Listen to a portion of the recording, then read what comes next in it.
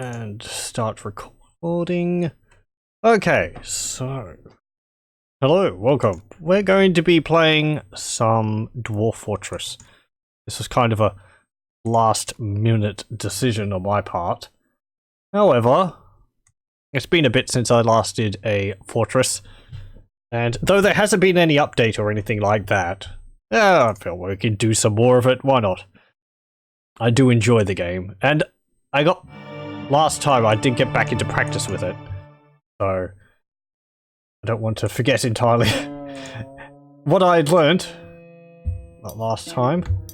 Hold on. Get rid of you. Yep. Stretch out. Okay. Actually, hold on.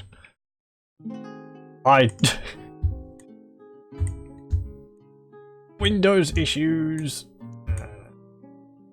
Do I want to go full screen? Yeah, let's go full screen. Okay. And then stretch it out. It's not a perfect fit for the window, but it's going to be a bit off the top and bottom. I should have mentioned that. A lot of people have issues with it. Okay, you can ignore it safely. Right.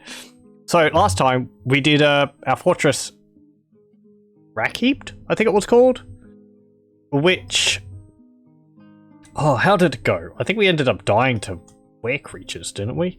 And a giant goblin invasion. So I think I'm going to create a new world. Where am I? I mean, we have a world already. We should actually play in that world. Start playing. Yes, right. Okay, I can't remember which world it was in. Thurnum? I think it was that. Dwarf Fortress. We'll continue with the world we already had. That way, any items which we created in the previous game have a possibility to show up in this one.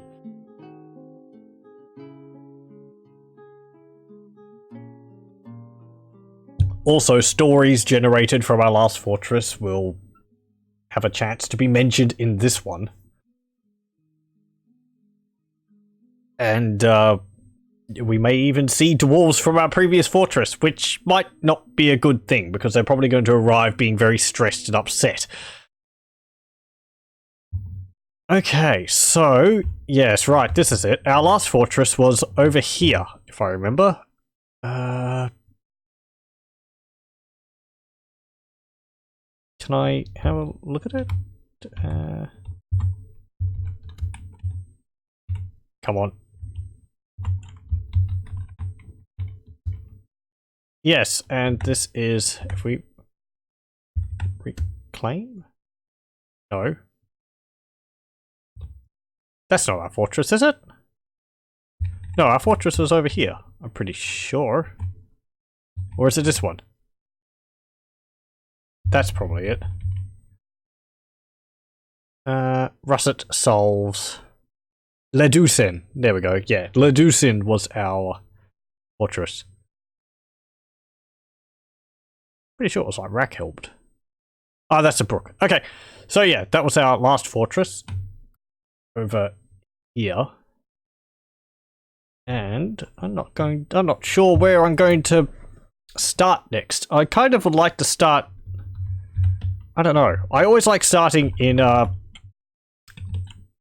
mountainous areas, just because it gives us a higher chance to have ores and all that, and it makes it easier to produce things. Also an area with some trees. I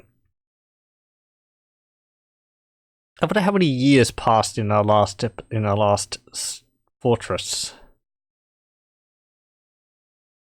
Anyway, so if we have a look up here, some mountains up here, shallow metals, deep metals, flux stone layer. That's nice. No trees. Well, that's because we're over the mountain. If we move slightly, though, I'm pretty sure. Yep, sparse trees. There's no brook nearby there, though. And I always like embarking in an area with a brook There's that one up there, but I'd have to expand the play area, and Dwarf Fortress slows down a lot when you do that. Even a little bit.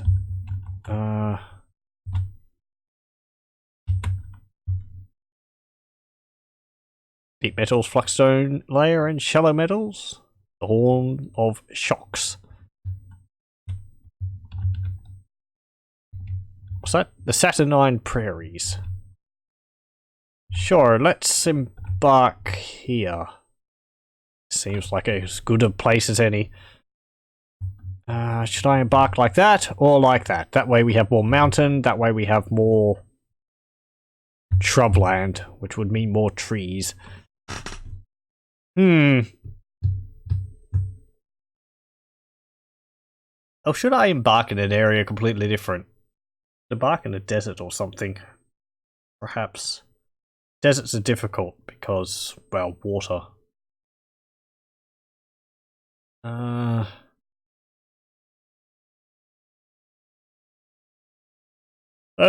don't think I'm going to embark in any haunted or terrifying biomes, just because those are extremely difficult for your dwarves to survive. It just ends up with clouds of death everywhere.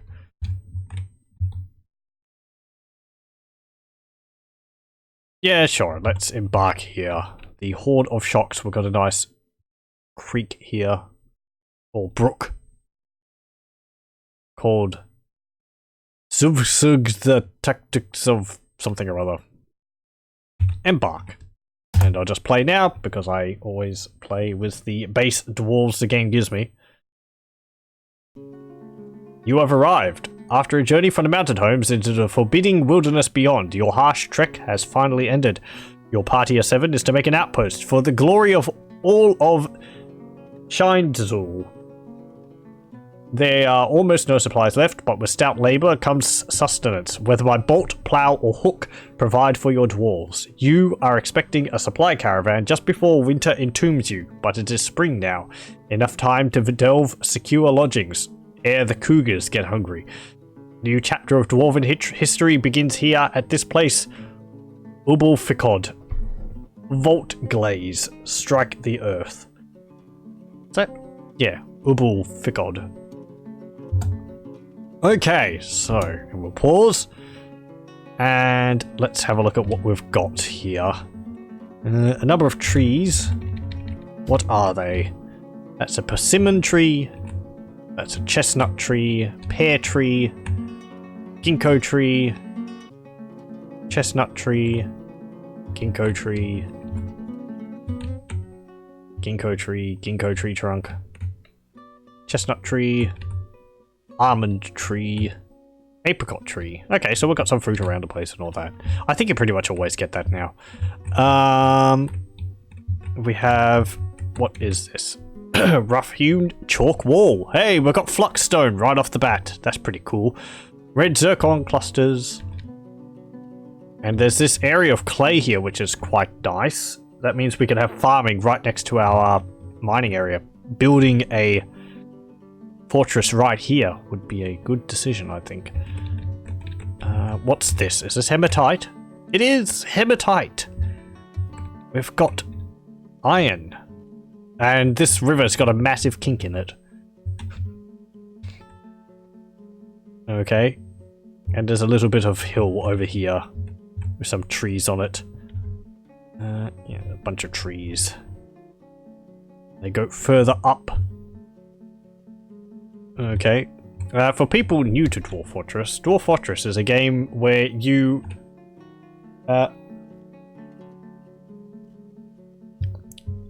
what is it? It's a fantasy world simulator where you have... well, the main draw for it is the Dwarf Fortress mode, where you start off with 7 dwarves, as we have, and you mine out an area or build a area for them to live in, and you have to designate them different jobs so that they produce food, the resources you require to defend yourselves, as well as goods to trade and all that. It's like RimWorld, if you've seen that, or What would be another good example of it? There's also Nemoria, which was a game inspired by this, but this is more in depth. We have a bunch of dwarves down here, these little smiley faces. If I zoom in, we can see them a bit more clearly. There we go. These are our dwarves, these little smiley faces, and each of them has their own likes, dislikes, personalities, family members, history, age, and everything else you could think of. So, if we have a look at Cole Lazonu, or Cole Scale Mirrors here, our stoneworker, I've been rained on. It's annoying. She is annoyed when caught in the rain. She is a worshipper of Uthen, the good standards. She is a citizen of the Bright Vestibule. She is a member of the Flaxen Hall. She arrived at Ubbulfikod on the 8th of Timber in the year 129. She is 77 years old, born on the Knights of Galena in the year 52. She is fat. She has a very broad chin. Her hair is clean-shaven. Her slightly sunken aquamarine eyes are slightly wide-set. Her nose bridge is slightly convex. Her hair is pumpkin. Her skin is peach. She is very slow to tire, but she is slow to heal. She likes bismuthite, aluminium, green zircon, long-nosed gartooth, the colour sandy taupe, crossbows, helms, crutches, reindeers for their large herds, lion men for their roars, and the sound of the adorable glitter. When possible, she prefers to consume sand pear cider. She absolutely detests leeches. She has bad intuition, a shortage of patience, poor creativity, and a really bad memory.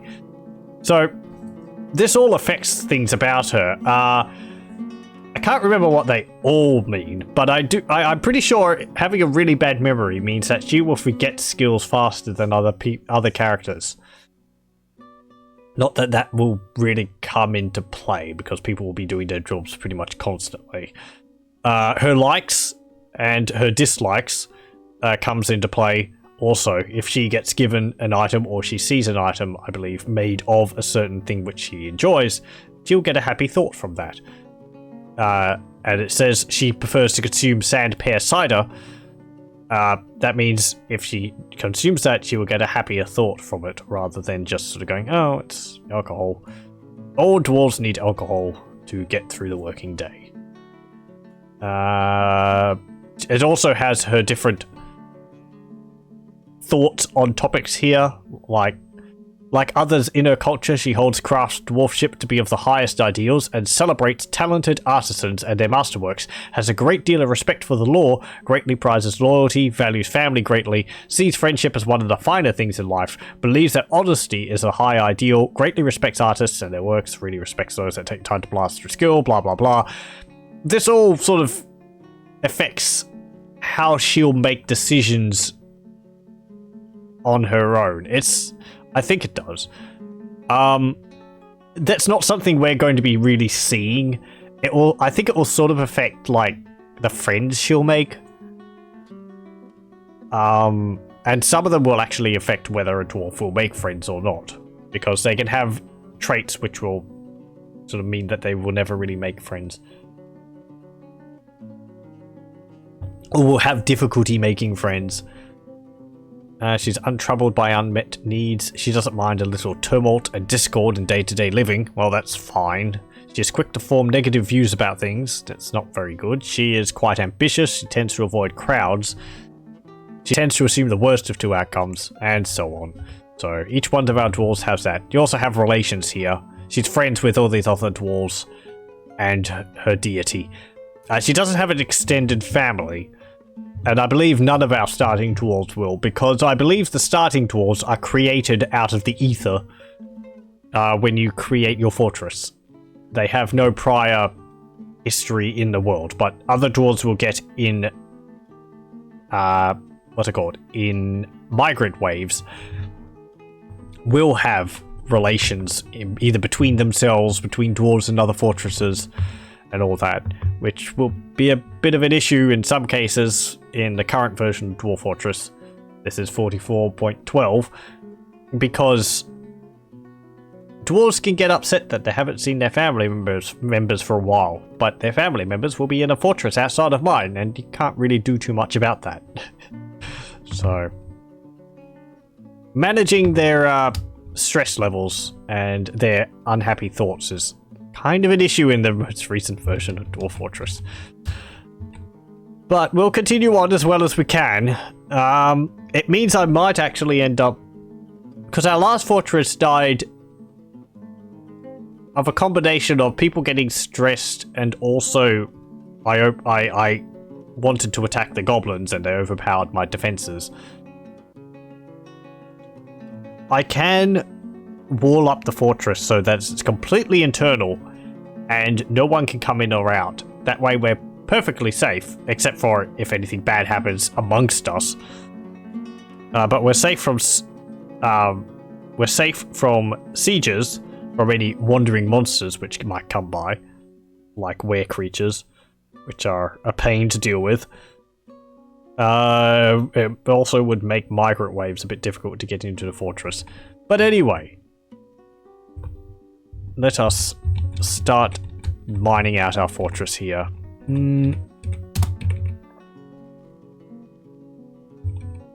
Sure. Do this. Do I want to do it right there? I might do it a bit over. That way we don't have a dirt wall right next to it. What about here?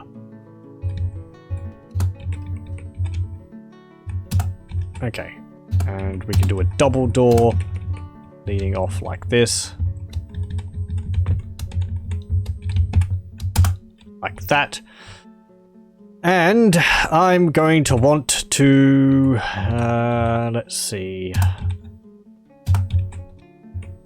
do that. I kind of want wide corridors here, but wider means that they take longer to build or longer to mine. That'll be a good eating area and what's it called? Community center or meeting hall. And I'm going to leave it at that for the moment. What's on the map? Is there any enemies on the map with us? There's some ravens. We also have a stray one-humped camel, stray water buffalo, and 2 stray cats and 2 stray dogs. And no one's dead or missing. That's good to know. Okay, let's... how do I do this? I'm gonna have to remember all the keys again. Okay, we're going to designate a pasture for our animals which require pasteurizing, which is pastures, which is the one-humped camel and the water buffalo. Cats and dogs don't require pastures. This is so that the animals can actually eat grass. If you have cattle and the like, and they're not in a pasture, they won't actually eat. They won't eat what the grass they're standing on, if they're standing on any. So it's best to put them into a pasture.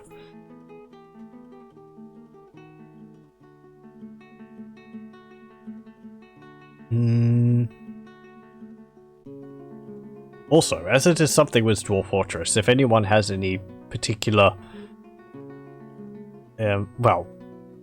I am open to any requests for having dwarves named after people in chat, so if you wish to have a dwarf named after you, just mention.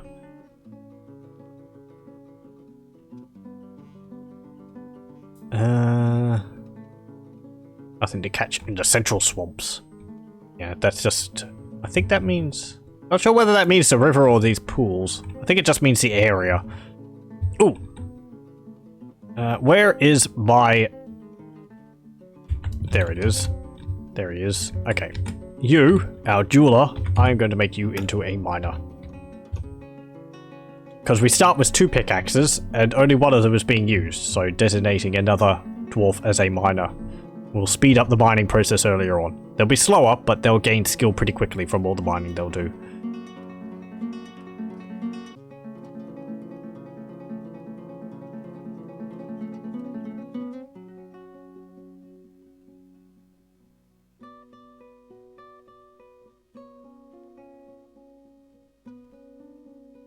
Right, and when we get this mined out, we're going to want to move our things inside, unless we get Rhesus Macaques, macaws, or whatever. Stealing them away. Ugh. Or Kias. That was what I was being attacked by in my last fortress. Kias were making off with all of my goods.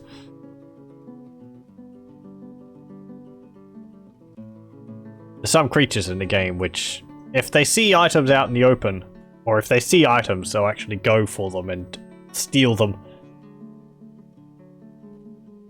And that's regardless of how big or heavy the item is. So you can end up with a Kia, which is a parrot.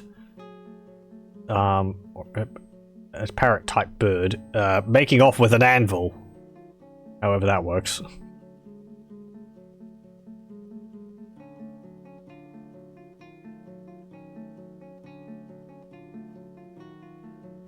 And there's also kobolds, which can make off with items. But they sneak around when they first appear on the map. I don't think I've seen them in any of my more recent streams. Or recent playthroughs, rather. I think they're as common as they used to be. I do know that they live underground. Anyway, this mountain's really not that big. And extends up a pretty good way. What else is here? Hematite. There's a bit of yellow there. What's that? Yellow pound side. Ooh, native gold. That's nice. And what's this? Bituminous coal. Hey, we've got... And chalk. So we've got hematite, which is good for iron. We've got bituminous coal, which is a fuel source. And we've got chalk. This is all the ingredients to making steel. Oh, it's autumn and all the leaves are falling off the trees. Isn't that lovely? You can see all the little leaf effects down there. I don't think they actually show up as leaves. Oh, they do! Persimmon leaves. How lovely.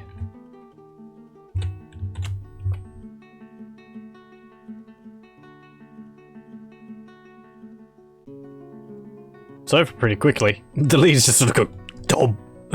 The trees just dump all the leaves at once. Ooh, what's that up there? What have we got? Quartzite. Oh, and it changes into granite rather quickly into the mountain. So we have only a bit of chalk around here? No, the outside of the mountain seems to be chalk, but the interior is made up of granite.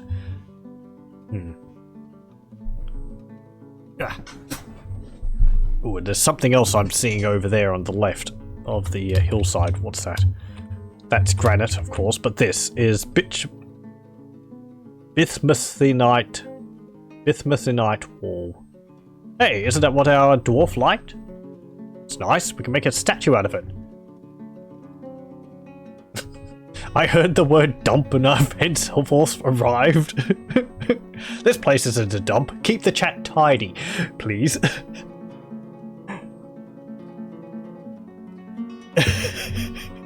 I don't want to have to clean up after everyone. Reza. Welcome. We're playing some Dwarf Fortress. We're not dumping anything yet, though. It hasn't come to that. We haven't got massive amounts of stone everywhere. Though I am going to want to dump all of my items into my meeting hall. Just so that we, our food can last. So let's see. Do that. Do that. There we go. That will be our drinks pile. This will be our food pile. And we're going to want some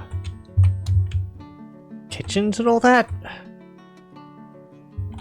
I'm gonna have to think of a way to put them there. Let's see. If I do this, and we can have like... Yeah, that works. I could do a kitchen here.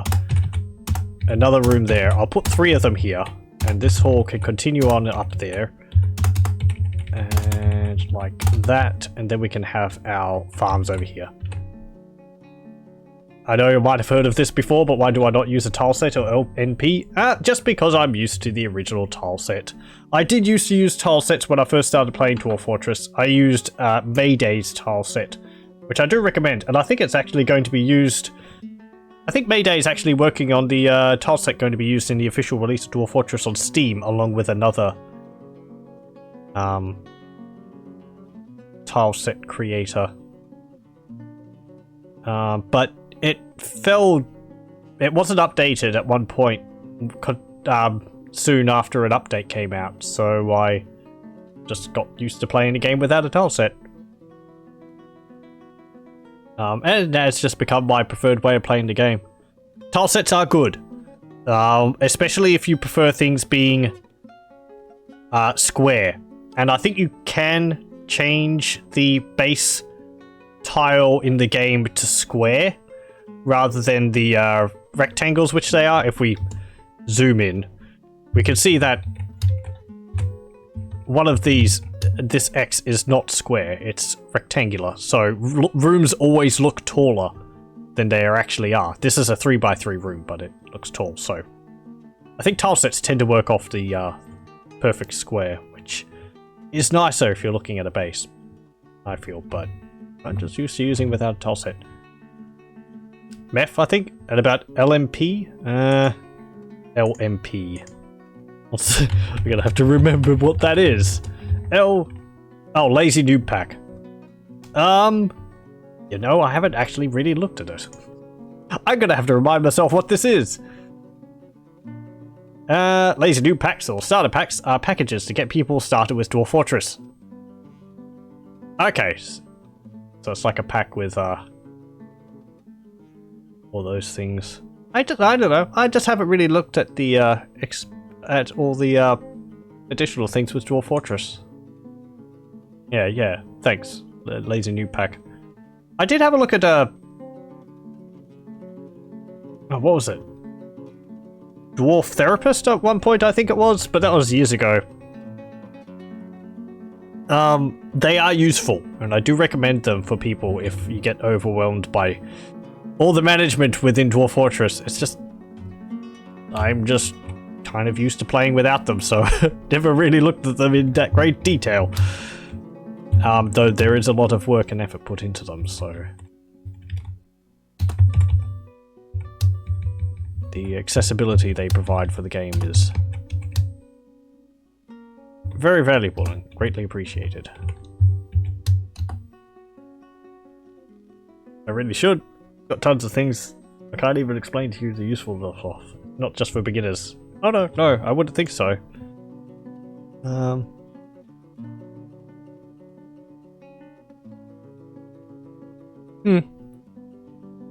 Maybe. As I said, I'm just used to playing the game at base. Since it's, well... Come on. Undesignate that. There we go. Since it's what I've played the most of. I do have Mayday still installed on some of my earlier versions of Dwarf Fortress, which I have a whole bunch of them still here. Don't think these are all my installations. I think I actually used to delete them. The earliest one I have installed at the moment is 34.02, and this was Mayday graphics, so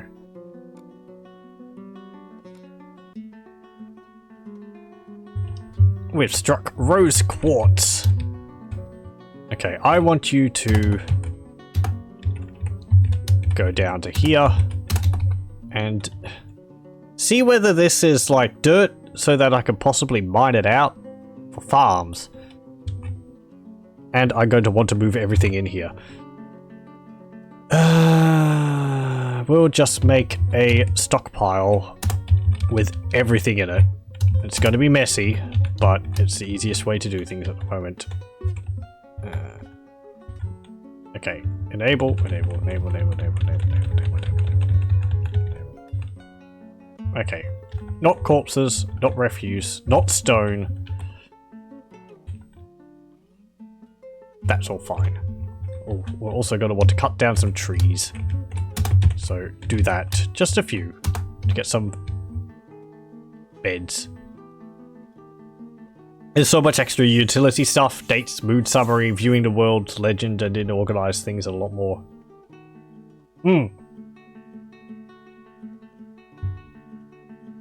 No wood either. Yeah, I should take that off the storage pit, otherwise it's just going to get filled up with wood, shouldn't I? Thank you for that.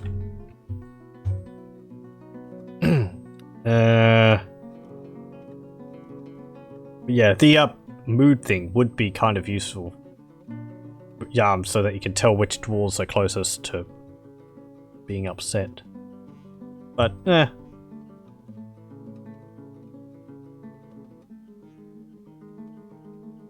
Okay, let's put our food stockpile up here. And our drink stockpile there.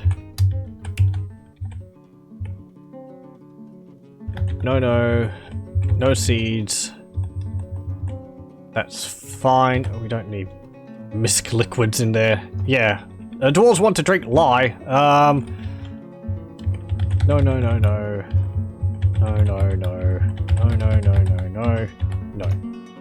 Okay.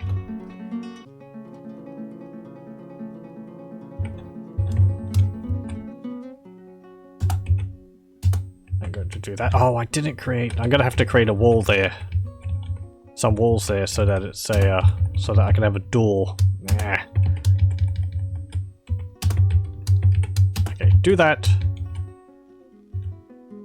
And there.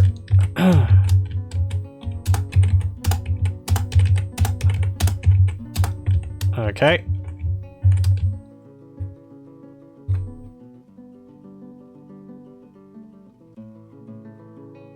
And will we have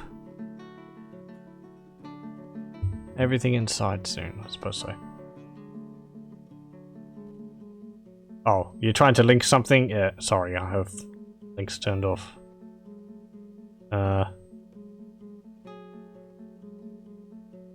I keep meaning whether to put that on or not. I don't know. I revealed that or something? No. Oh well. I appreciate the trying to, the sharing. Can I just say perhaps I'm just stuck in my ways? I don't know. I've just never really looked at anything.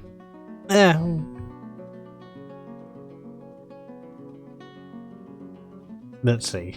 Let's set up top right shows date, top right corner symbol is moon cycle. The bottom right stuff after H is the breaks up of dwarves based on mood, etc. Do I need the minimap?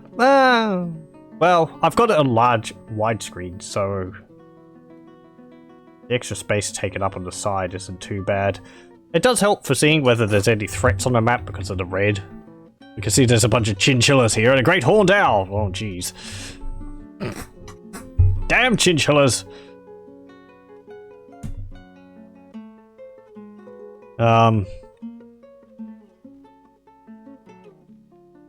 It's winter, isn't it now? Yeah, everything's frozen. Oh, the river's half frozen. It sort of like flows into water, flows into ice. Well, maybe it's flowing underneath there. It's not. And a dwarf fell asleep next to the frozen river. So that means we're going to get water all year round, which is pretty nice. Though most of it's going to freeze. I'm going to want to extend that river up here for a drinking... for a, well... yeah, you can see the biome is right there, the edge. That's why it's freezing, because where the trees stop is where it's a biome. Maybe I'd like that a bit. Any grandeur plan for the fort? Build it out. We've got all the ingredients to make steel, so we'll probably be focusing on that. Getting a military armed with steel would be nice. You can see the minimap flashing there as it... I think temperature goes up and down.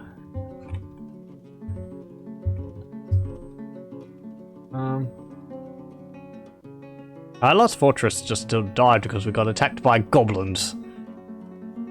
And the whole... what's it called?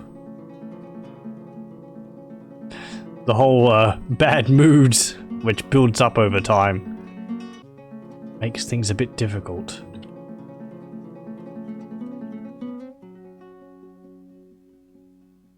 If I... What's I saying? We're gonna need beds. All that. Oh, we struck more bismuthinite. What is bismuthinite? Let's have a look. Bismuthinite.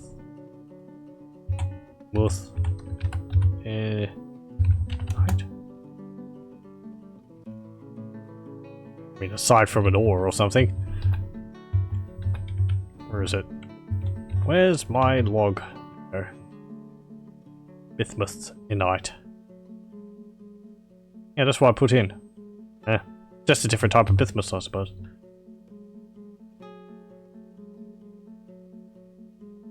You can really avoid bad moods, just go to the dwarf with a bad mood and look up why he has bad moods. Yeah, I mean... At the moment, there's... It's sort of... The dwarves have reasons for their bad moods, but I believe it can be rather difficult to deal with them. It certainly was in the last fortress, because their reasons can be...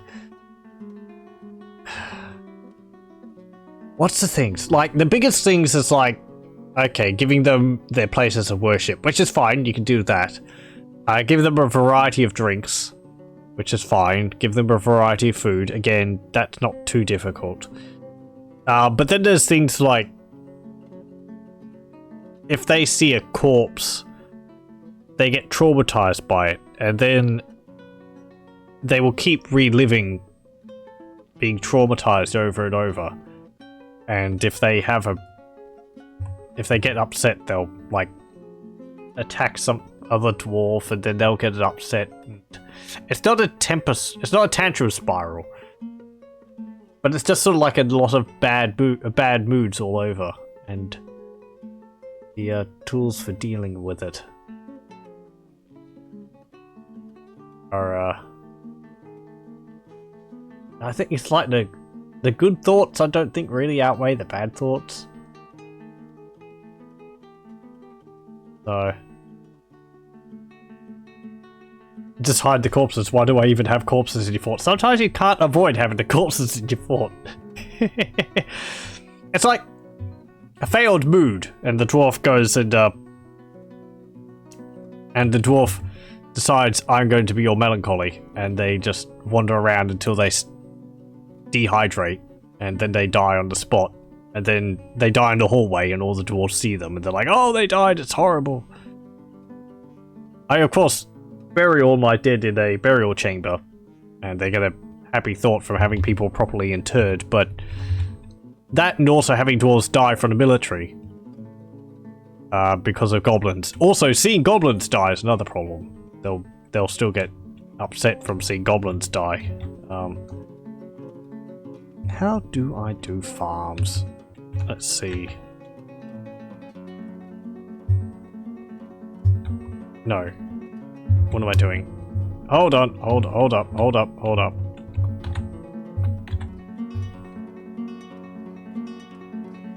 Farms up to here? I'm happy to remember it because it's been a bit... Yeah, there we go. Farm plot. Like that. And another one. Like there. And another one there. And another one there. Dwarves don't go around hitting people until happiness level -2 and insanity is level -3. For the goblins, just use traps. Yeah, I might use traps more predominantly in this fortress rather than the last one, because traps are a very efficient way of dealing with goblins. And either that or just walling yourself off inside the mountain. But last time I wanted to play with an open entrance so that we would have the threat of the goblins. But since we've got iron and steel and all that available, we might make a bunch of serrated steel discs, which will be a lot of fun. I think I once years ago built a drowning chamber, which is rather difficult for me to do. It's not something I've done often, and so the logistics of it isn't down for me. I don't have down pat, but that's a rather amusing way to deal with goblins and all that. Rather horrendous when you think about it, but if you don't think about it, it's you just end up with a lot of free loot. You don't have to dispense of all the corpses afterwards. Walling yourself inside means the goblins just camp outside. That means you'll be stuck inside for a while. Yeah, I think they eventually give up and leave. But yes, and they will kill any migrants which come along. But I mean, if you're inside and you're fully sustainable, it doesn't really matter if you can't go outside. If you have enough beds for people inside, that's the problem. Because you need wood. And you can get wood, actually, from inside. Because you can get them from giant fungi trees.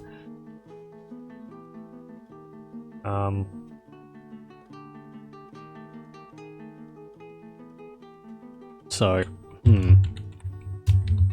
so many different strategies and things you could do in Dwarf Fortress. It's one of the very enjoyable things about it. Okay, wood. Do this. And I want a carpenter's workshop. Where is it? There we go. And you can build another one, and you can build a dwarf's workshop. Possibly a year. You need water supply though, and wood. Yeah, wood is the issue. Water supply, it's not that big of an issue. I have a method which I use which makes it pretty secure.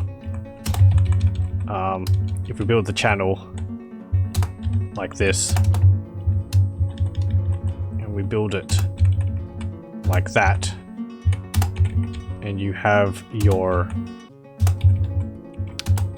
like well here, and what you do is you put a wall here and you floor over like in here.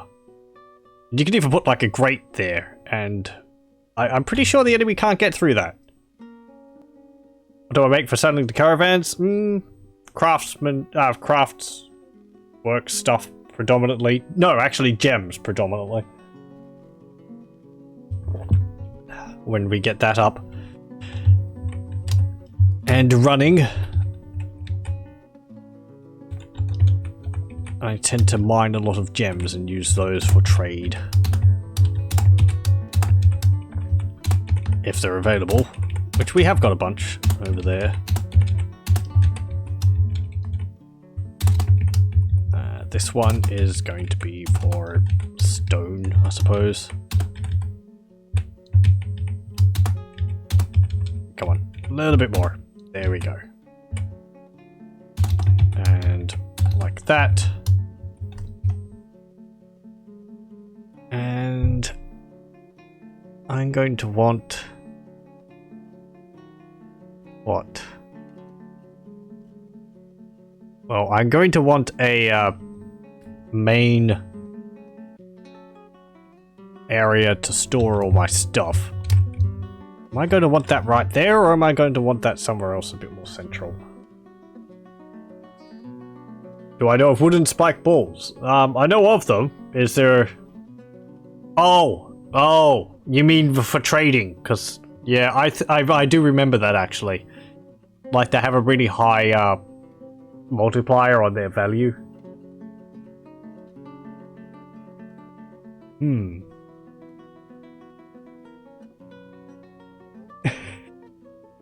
The odd things in the game.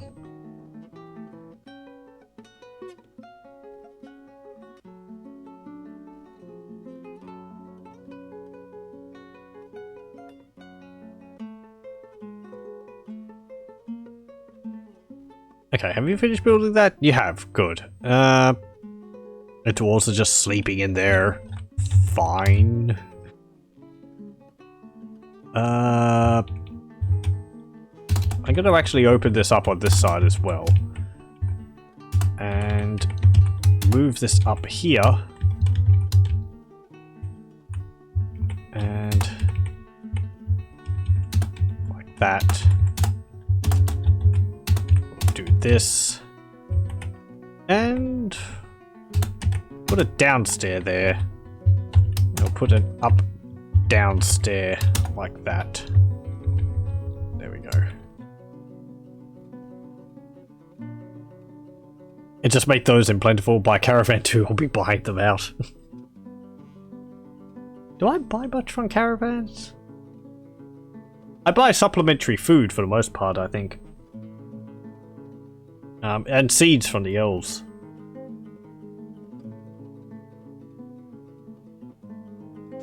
I think it also could be good to buy books from them, because then your dwarves have reading material, and some of your dwarves do prefer reading things. Or trying to transcribe books if you have parchment, though they won't be very good at it. Is that actually a bug in the game? I think there was a bug in the game where they'd spend their time writing a book and they'd end up just writing a one-page tome or something like that.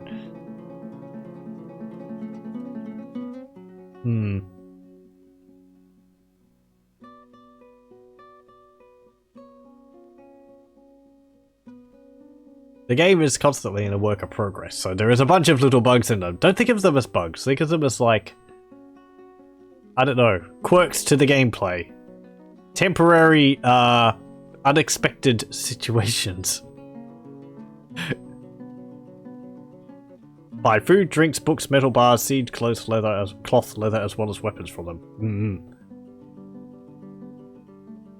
Well, weapons can be useful. Also, more pickaxes and anvils. We do have an anvil. It's not on our thing, is it? No, it's not on our wagon. Our wagon is completely empty. I'm going to want to actually...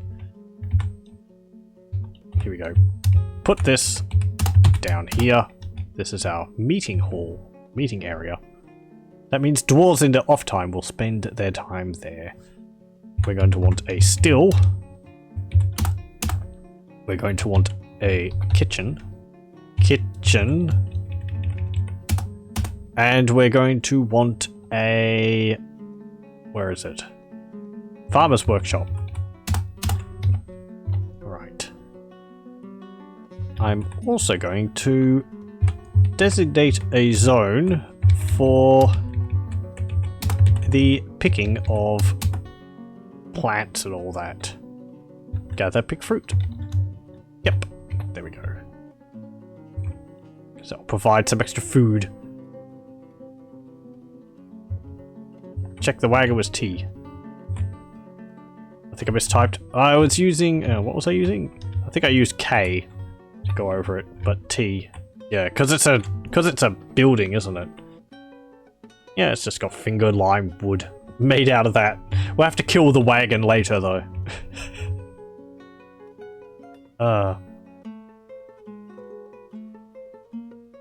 I do appreciate the keeping me up on things, because when was my last series done? Last year sometime. And I haven't played it on my own since then, so I will forget things. A lot of it is muscle memory. And I may misremember things as well, because, you know, early versions did things in some way. So... And then it might have changed later on. And all the stuff which I learned from my last series, I'm gonna have forgotten. That's the way things go. Will I set my plant gathering zone on the same zone as the pasture? Well, it's also picking things from the trees, and there's no trees where my pasture is. Is the main reason. And I don't think there's actual plants growing where the pasture is. There's just grass. Cotton grass. Yeah, but there's little plants over here. Wild carrot plants and ginkgo tree sapling. As I said, there's like the border of a... you can see on the minimap, actually, there's the border of two zones. There's the mountainous zone over here, and there's the shrubland zone over here. Yeah, trees don't grow in the mountain areas. So... it's been a year since I played. Not that long. I said last year. It's been a few months. When was the last... when did my last series end? Let's see. It ended... come on.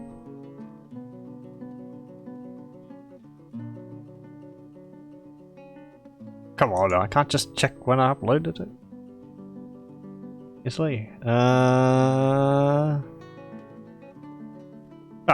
There we go. I've got my recorded time. I recorded it, the last episode on 8th of the 11th. So, 8th of November. So, it's not too long ago, but, you know, a lot of things happen in the meantime.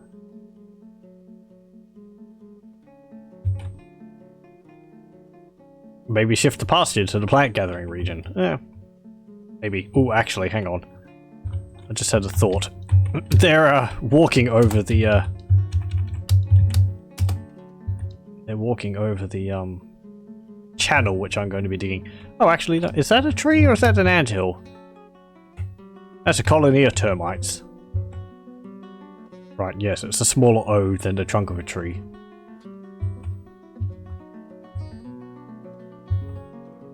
Maybe. I probably will wall them in at some point. Might be actually good to move it over there, just because there's not all the bare chalk. Can't have my cattle eating chalk. It would do terrible things to the taste. Okay, have you mined down? You have. Well done. Okay, about here. Do this. And that. And that. And then do like this, I suppose.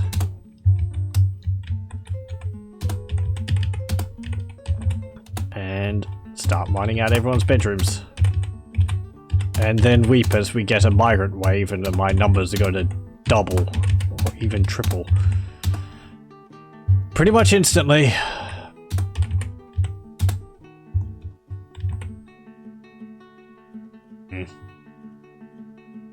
I'm not going to have them going into the main... I'm not going to have them going onto the main hall there. Let's do this then.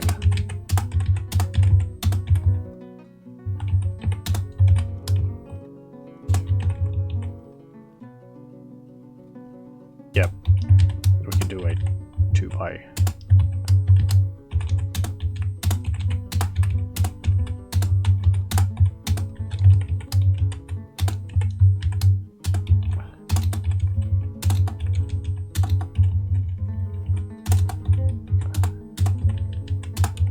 Okay, and there we go.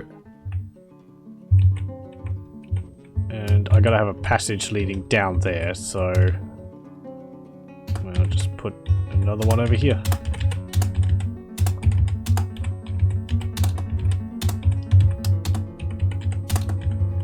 Like that. Then we can round it off at the end here. There we go. Right for the moment.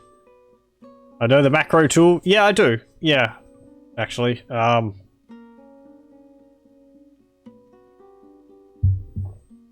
I use it much? No, actually. I can show that off again, though. Let's see. So, the macro tool. It is under recordings.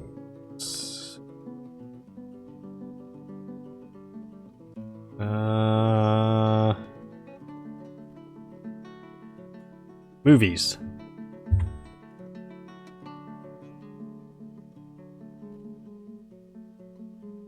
I think it is.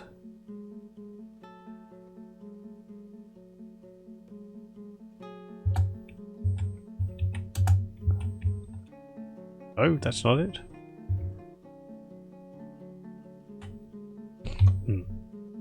It's something like that. You can, but yeah, the macro tool, you can start recording and then you can do a whole bunch of actions and stop it. And then you'll be able to just call upon that whenever you want to. I did use it a little bit last time.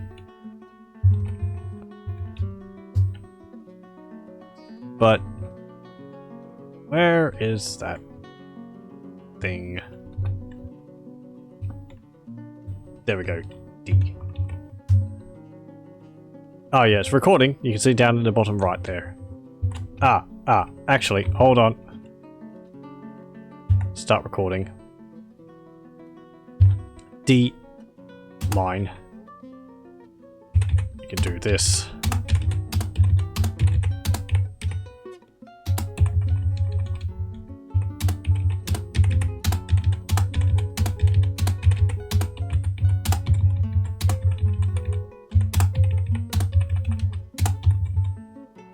Like that. And then if you go here, save this, houses. And then if you load it, houses. And I think, wait, load.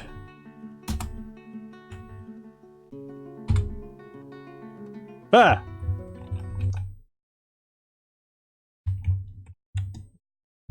Don't know what that was. That was something. Oh dear. What happened to the audio? Control R and Control P. I was doing it wrong.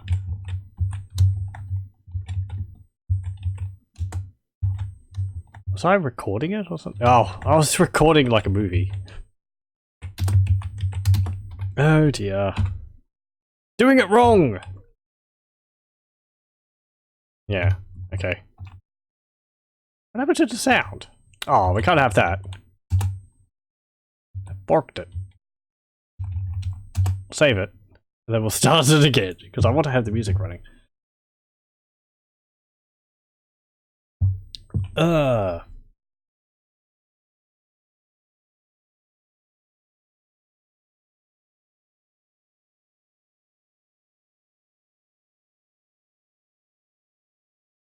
I have no idea what I just did. I don't either. I think I was recording a movie using the in-game thing, but I don't think that... from that, I would assume it doesn't work. I'm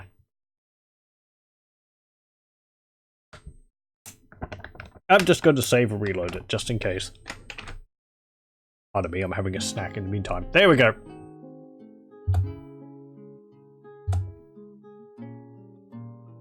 Okay.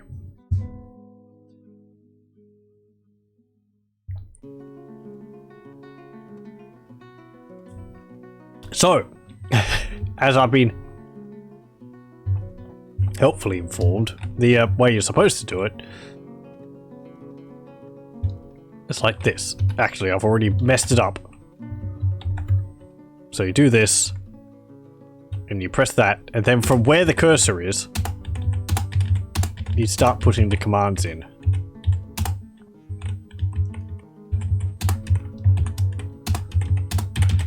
Because it's remembering your key presses.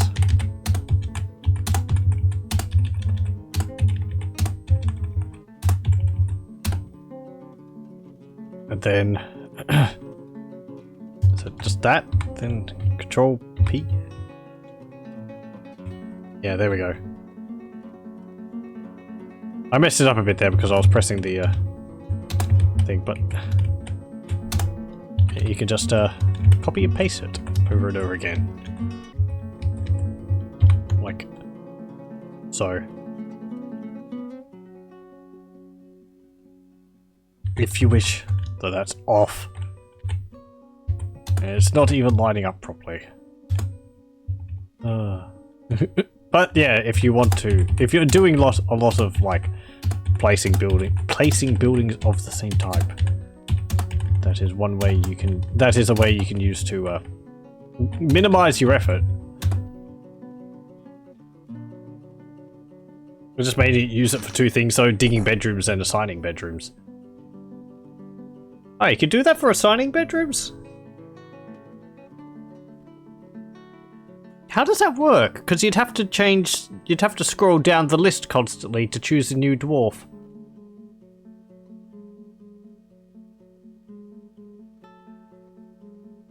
That would cut a lot of time out if that works well. Because assigning bedrooms, especially with a lot of dwarves, is very time consuming.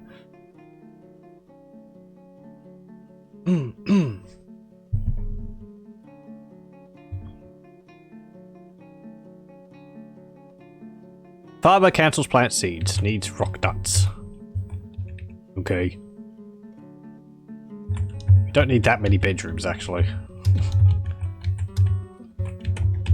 Cut that off. Ugh. Oy.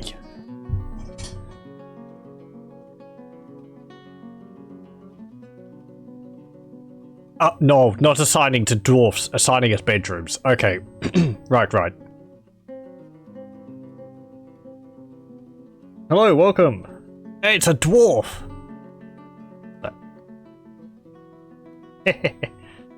And Moog. Like backwards P. Or a very or very fancy I. Some emotes in chat. Like the dwarf one.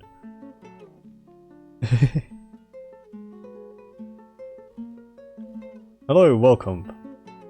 I don't use it like that. I start inside the designate tool, then I make the room for one side, then move on to another room, start position, and then I stop recording. That way, whenever I play, it automatically goes on to the next bedroom start position.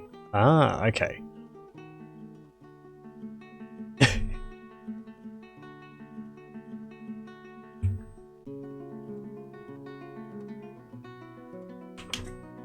Is he new? Nope. Talking about me? Or each other. Sometimes I feel like I may as well be new to Dwarf Fortress. It's like always learning things every time. And then you forget it all. And you have to learn it again. And then you forget it again. And then you get confused because that's how it used to be in an older version.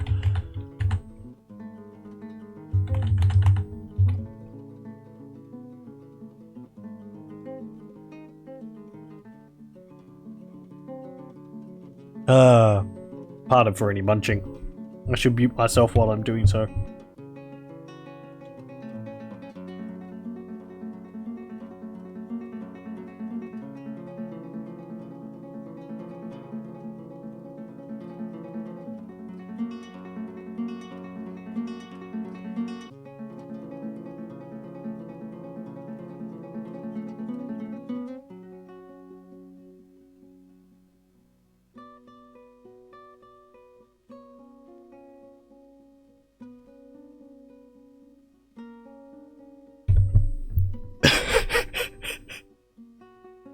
Maybe it's super old. Didn't start before Z levels. That channel looks old school. I've had that comment before that the layout of my fortresses is very old in its design. I did start playing Dwarf Fortress really early on, but it was just after they introduced Z levels. Let's have a look. Can I get a look at what version of Dwarf Fortress was it? Because it was on a certain edition of a PC magazine which I got at the time. That was at the time Hellgate London was a thing. That was a weird game. Oh, and The Witcher. The first one. Via Perseus mandate. Does it have a list of all the things off the CD here? I don't know if it's going to mention the version of Dwarf Fortress that it came with. Nope. Not easily seen anyway, but it was like 38 or something like that. Oh. Hello, welcome!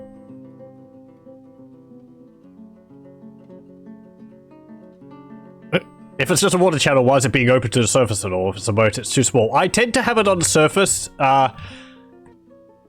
because I do like a grid. I do a what's it called? A grate here, and then I put a wall here, floor over in here, put another wall and a grate, and then I have it go into the well, and I found that prevents any enemies from being able to get in pretty effectively. So, I'll expand it out a bit more. There we go. And that other room was going to be a... I think I could split it up, actually. Let's put gem on half, so that I can start cutting some gems, and stone on the other.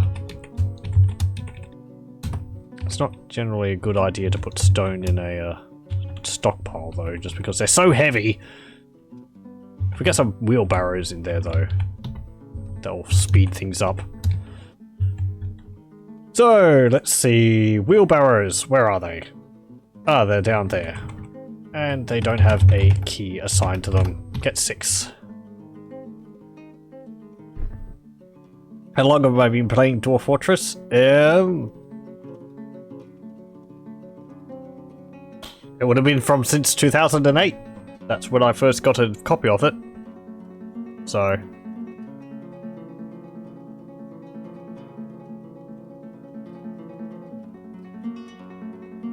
it's not since the beginning, but pretty close.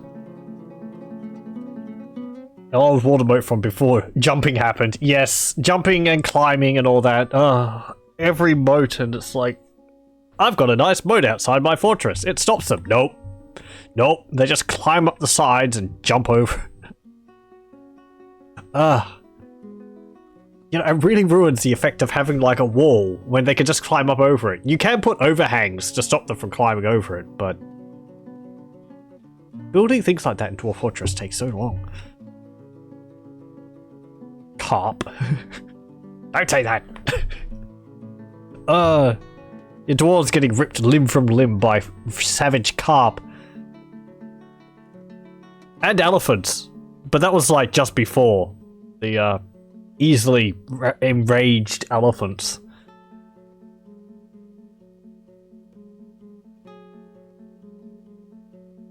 What else was there? There's something which I do miss, which is the chasms you could find underground and the bottomless pits. I think they're still a thing. They're not as common as they used to be though, because of the underground. You could have like a massive chasm underground, and that was fun to build in.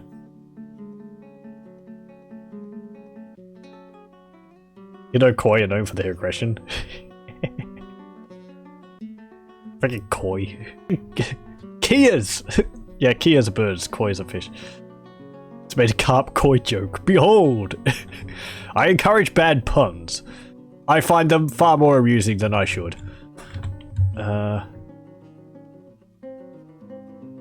bad puns do work best if there's you know, it's not an inundation of bad puns.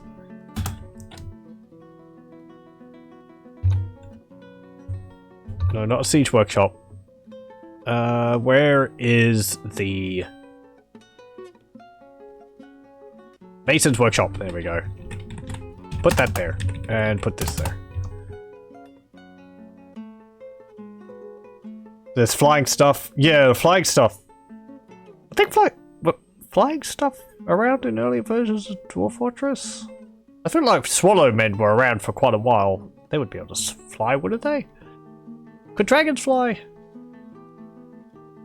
I don't know. Can imps fly? Again, I can't remember. Chasms? I mean, chasms? I mean caverns? No. Chasms. Okay. Before the various cavern layers were added, the underground was populated by sort of... There was underground, like, things which you could come across. One of them was a chasm, which is... Imagine like a large, jagged hole. You know, like a big semicircle or something, which was really deep. Or was it bottomless? I believe it was bottomless. So you could dump stuff in it or just disappear off the bottom of the map. There was also bottomless pits, which were large holes, which were the same. There was a hole that things crawled out of randomly. That sounds familiar. I think there was other things. There was the lava tubes, which were like bottomless pits, but instead they were filled up with lava. I think you could have chasms on the top level. I'm not too sure. Let me have a look. Dwarf Fortress Chasm. They might still be a thing, but they might be really rare. Bottomless chasms are a geological feature do not exist. However, chasms exist as a subterranean chasm biome token in the rules. The tag seems to apply to spawning creatures in non-water parts and caverns, as opposed to the subterranean water biomes. Okay, let's go back a few versions. 0.28. 40D, here we go. Chasms are a feature that appear infrequently in mountainous biomes. They are a cave system identified by not having a floor on the lowest level, which is instead marked hash and described as chasm when looked at. Chasms come in two forms: standard chasms, which look like a river system, a bottomless Grand Canyon, and bottomless pits, which are like a magma pipe without the magma. So yes, you have to go back to the earlier versions of Dwarf Fortress to be able to read about those. Dragons can magically fly. Like spawners. It would be fun to have things like that, but with a little logic behind them, like a reason for why they're there. Yeah, I mean, I would like them there just because it would give more variety to the landscape. Having a chasm or something, and I remember people would... You would be able to, like, build a bridge across them. And, you know, it'd be like the, you know, the Bridge of Khazad-dûm in Lord of the Rings, where you just had a bridge across a bottomless pit. And also, you could have a drawbridge and dump goblins down the hole. You didn't get anything from it, but it was another way you could deal with them.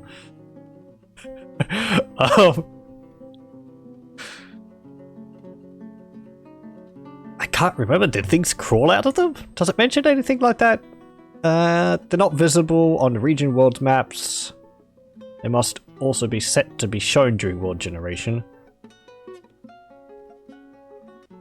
Also called a vent chasm for a bottomless pit. Uses: garbage dump, platform chasming, resources. Chasms are frequent home to cave spiders and purring maggots, making them a potential source of silk and dwarven milk. As the chasm exposes every layer to view, they provide access to easily identified resources such as ore deposits and gems.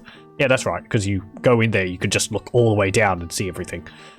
Dwarves fighting near the edges of cliffs have a propensity to drop right off the precipice, falling to their deaths. Well, things don't change. Chasm is also home to many types of hostile creatures, including Iron Men, troglodytes, giant cave swallows, ant-men, giant cave spiders, rat-men, bat-men, trolls, and gremlins. So, yes. I am going to want some doors. Build doors. And you could start cutting gems.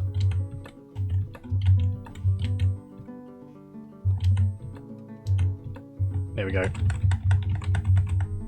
And I should build a depot, shouldn't I? Trade depot. Just there. 3 blocks of chalk.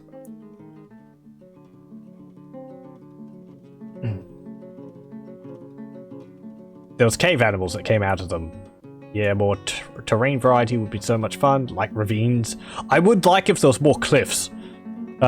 You have like mountains like this, and they're very sloping, but if you had like sheer cliff faces, which you could kind of get when you go to a river near a mountain, because the river doesn't go up in Z level, so you just end up with the river carved through the mountain. That'd be neat. Vaults that opened up after an earthquake. Volcanoes that actually erupt. Was that something that happened? Or is this just people wishing for things which would be good to have in the game? And laggy. Geysers, burnt forests. You can turn off erosion, cliffs everywhere then. Ah, yeah. I haven't really fiddled with the world creation settings in that way. Like a seaside cliff would be nice to have a fortress on. I feel like that's another thing. I feel like the interestingness of it would wear off when you realize that the goblins can just climb up the cliff. You're like, well, I thought that side of my fortress was well defended. Nope. Goblins all have mining kits. What's it called? Mountaineering kits. I might need a... What's it called?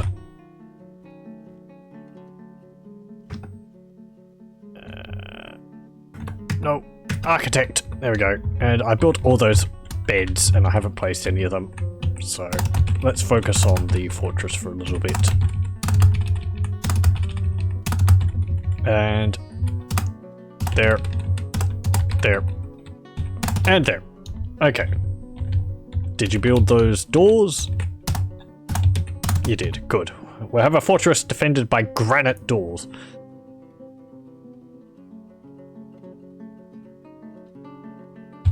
And I'll get this done. Do that. I'm going to need... Not there. I'm going to need... Is it a floodgate? Or a floodgate or a grate? It's a grate. I'm gonna have to look that up because there's a difference between a grate and something else. Grate.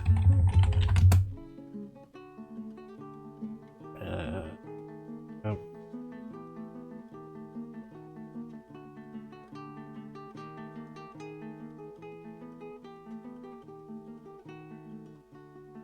A floor grate. A wall grate.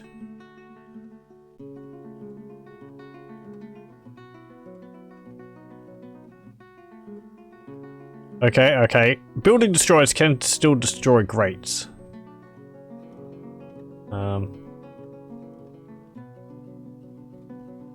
I think you just build the grate, and then you can determine whether it's a wall or floor grate. Okay, that's fine. That's great. Then I want... I don't really actually need anything else, so that'll be fine. Oh, actually no. I'll want some...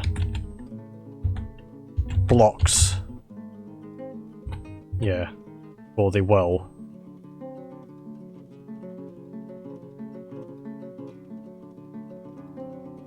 Oh yeah, sorry. Yeah, I've got links off.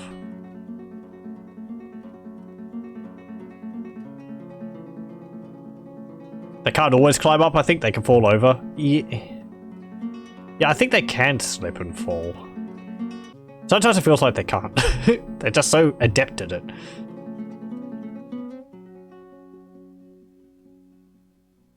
Is there anything in the well or in the chasm? Oh, there's a dwarf in the chasm. Ooh, hang on. Yeah, look at that. There's bituminous coal down there. Now I don't really want to fill it in. That's nice. Got all the mining tools we need. You're all carrying... I knew it was a bad idea to do that.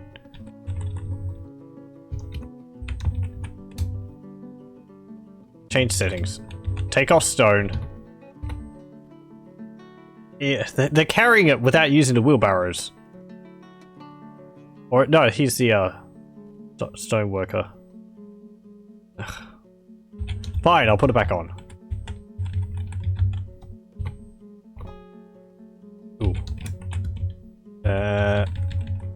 Take off metallic ores. And the other ones don't matter because you can't get clay blocks. You have to actually buy it from stores. Ooh. Food.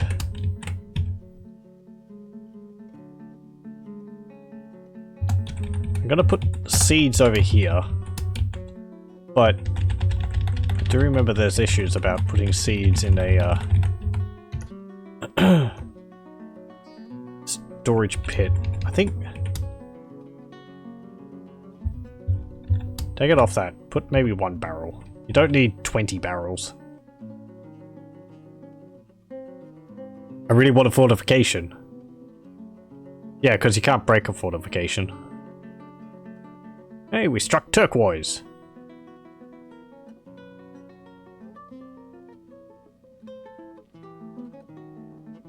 Can you build fortifications? Let's see.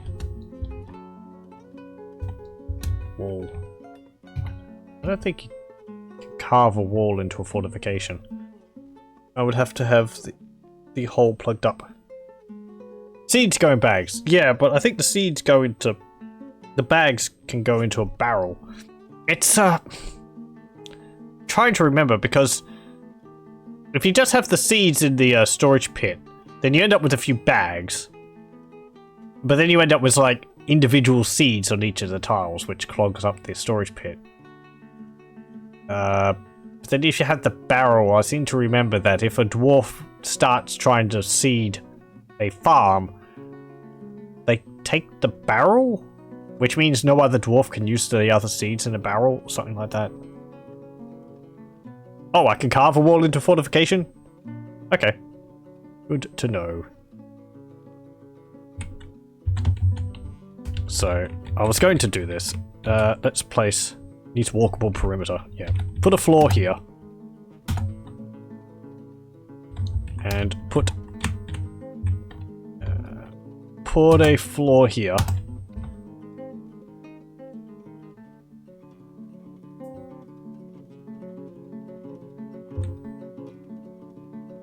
There we go.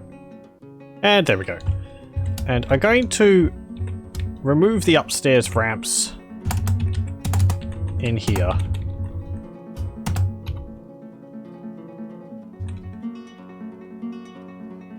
Hey, became a planter. Well done. Keep barrels out of your seed stocks. Yeah. So it's best just to have a lot of... what's it called? It's best just to have a lot of bags. That means we have to get, like, pigtail cloth and all that.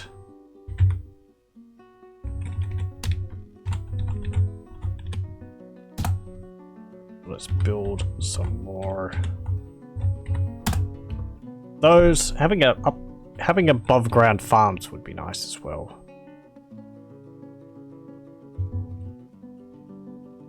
We're going to need more alcohol. No, not extract from plants. Brew drink from plants. There we go. Build some barrels.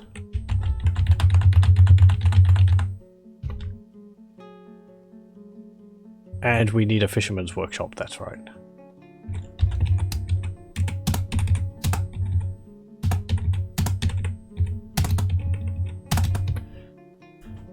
So much to do.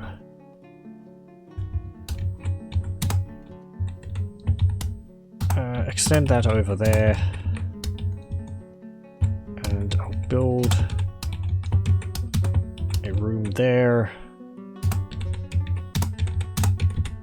Like that. Can I fit a room over here? I can.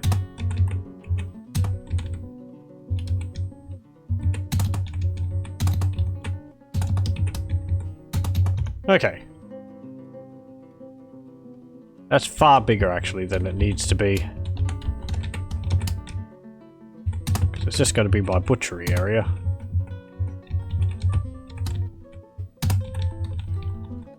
Just like that.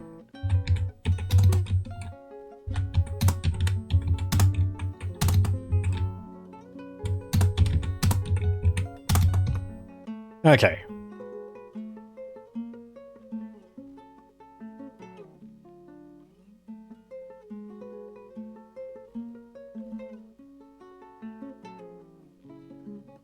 I can build one's BCF. What's this? BCF. Oh, fortifications. That's building? Okay. Right. I was looking at that and I was like, hang on. No, wait, that's I was thinking that's Carve fortifications, but of course it's not.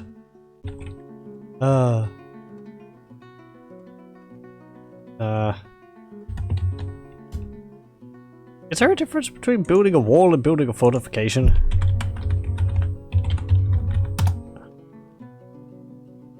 Let's see. Fortification is a construct that allows the passage of projectiles, liquids, mist, steam, webs, fire, miasma, and smoke. But in theory, not creatures, making them an important part in a fortress's defense.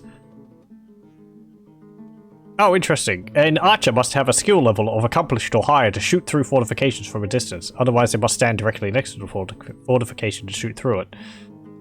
Yeah, right. Because earlier on, fortifications were neat and all, but then the goblins would just all shoot through them, sniping your dwarves, and it was like there was no fortification there at all anyway.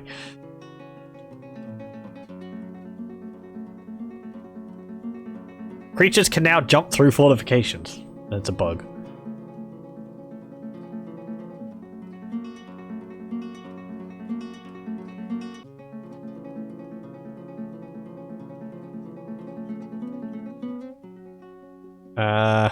Apparently things can get stuck in the fortifications and inaccessible.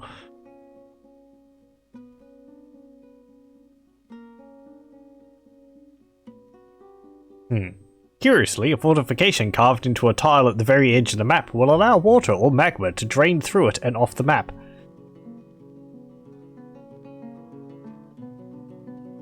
Okay, well, I'll build a wall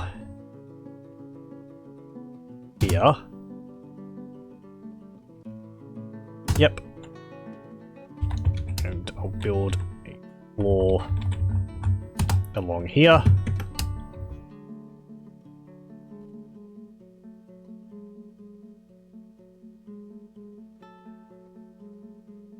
I might actually have to build an up-down ramp out here. I've done things a bit too quickly.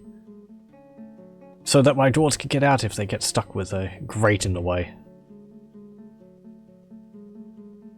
No one's stuck down there, are they? There's not. There shouldn't be. There's a ramp going up.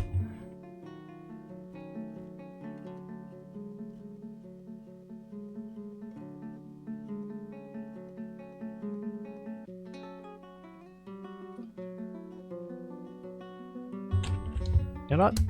Needs masonry. You're a mason, aren't you?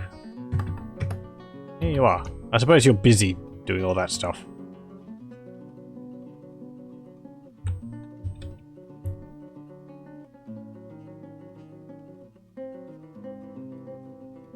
Okay, let's turn... I'm going to... Put some downstairs here.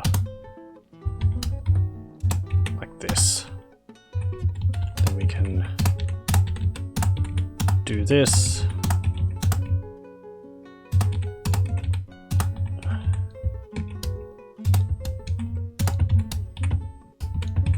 Like that. This can be our finished goods pile.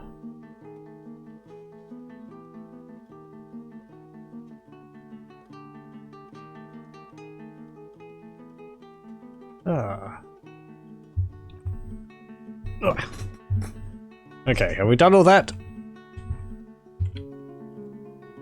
It seems so. So, I'm going to remove construction.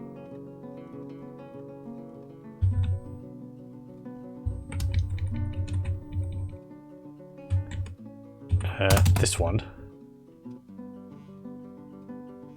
And hopefully a dwarf will remove it in the right order.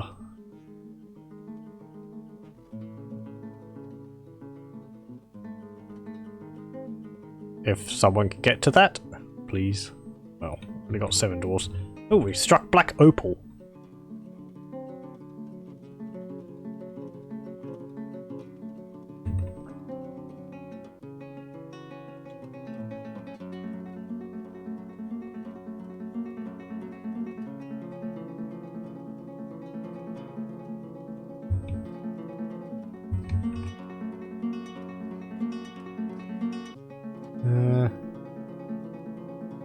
How's it going? Have we got all those beds down? We do. Good. Okay. Make bedroom. Sure. Assign bed. You. Make bedroom. Yep. Assign bed. You. Make bedroom. Yep. Assign bed. You. Yep.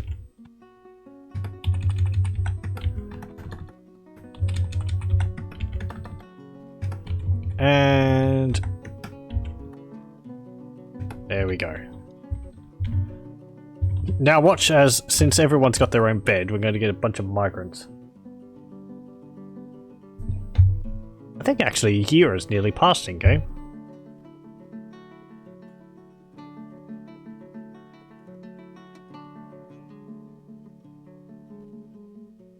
When do we arrive? Maybe not?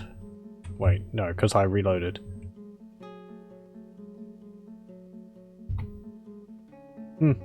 I can't remember when we embarked. Okay. Butcher's Workshop. Leatherworks. Tanner. There we go.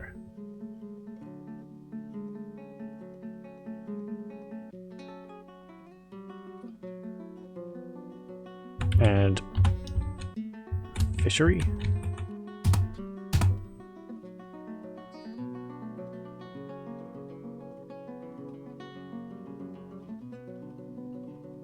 Right.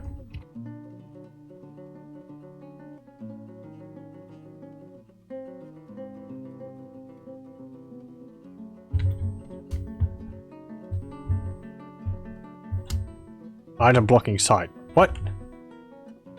No. That's right. Because someone was collecting a gem which was there, and they're like, oh, I can't move that because someone else is going to move it. So the whole building's just going to have to go on hold.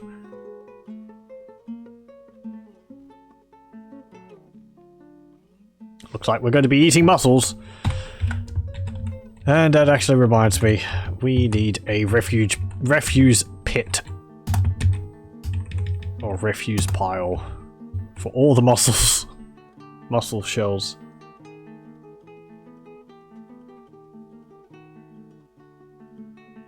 Hey, we've got our trade depot up. Do we have traders which tried to arrive? No. Who's our neighbours? We can see that somehow. There we are. It is Civilization World. Is it just that? World. People. Nope. Locations. Vaultglaze. Oh, we might not actually be close enough to anyone to have any traders. They're a very remote fortress.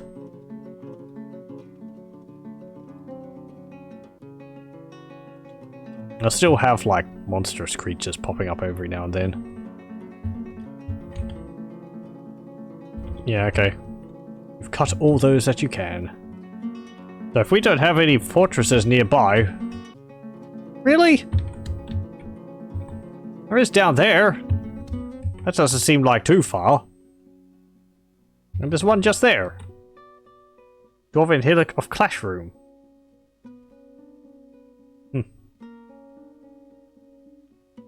Should be able to trade with them. They're not that far away. I mean, the goblins travel that far to be able to attack us, so maybe it's just because we haven't met them yet.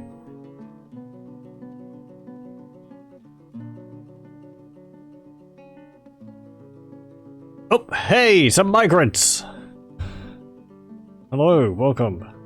2, 3, 4. As I mentioned earlier, if anyone wishes to have a dwarf named after themselves, I will accept any requests from chat. If people wish to have a dwarf named after them, to mention whether you want it named after your chat name or whether you want it named after something else. There we go. Okay, so that is that done. And if I build a wall grate there. Okay, and to make sure he builds it on the right side, we're going to place a wall here. And then we're going to suspend the construction of the wall.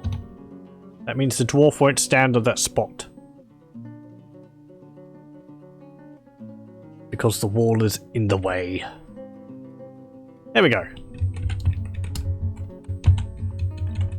And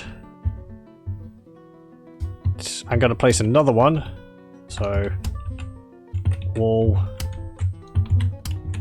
there. Chalk. Yep.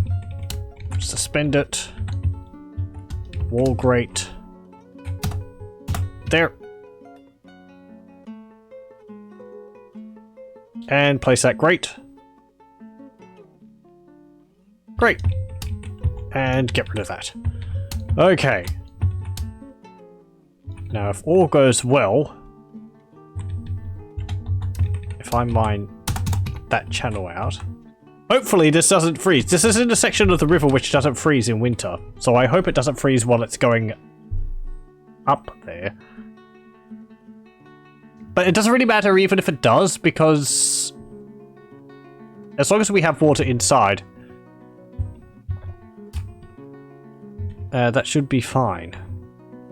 Let's check there's no dwarves in the channel there. No. And if we build a well, we need mechanisms. That's right.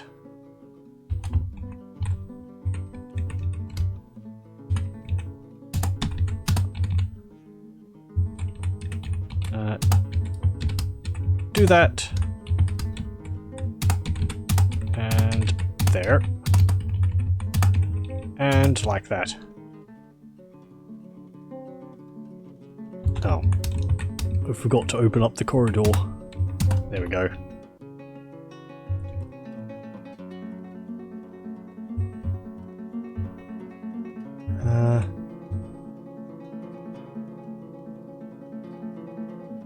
How many dwarves did we get for that? 15. So we had 7 initially.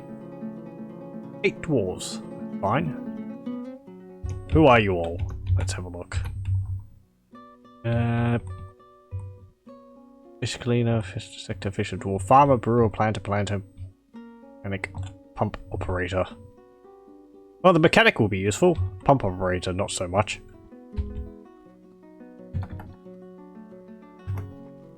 I'm going to put you on mechanics as well. Ooh, and we've got a few more animals as well. Put that duckling out there and that stray keet.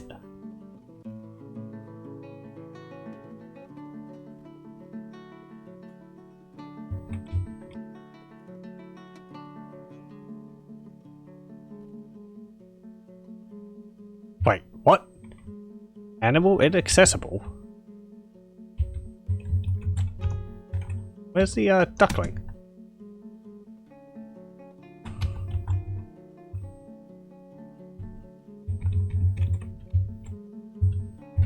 Oh, it's right there.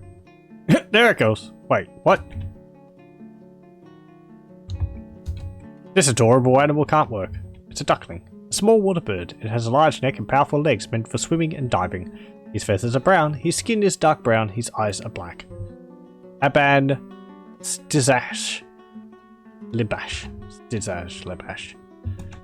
It's just hanging around the fisher dwarf there, is it? Yeah, it's just following him around. Okay. Whack, whack, whack, whack. Maybe it's hoping for a muscle. Yeah, okay. What do you mean inaccessible? It's right there.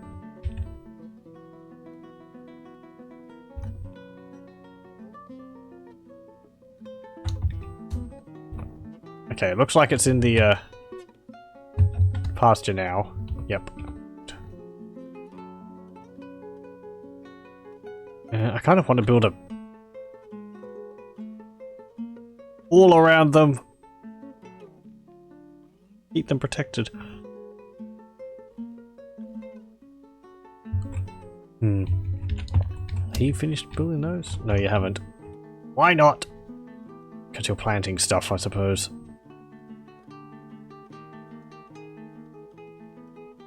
Is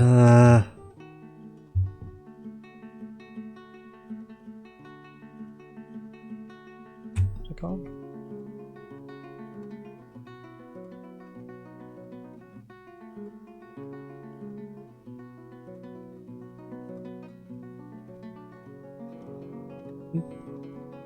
Okay.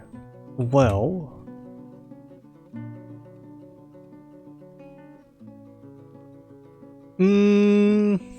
Let's see.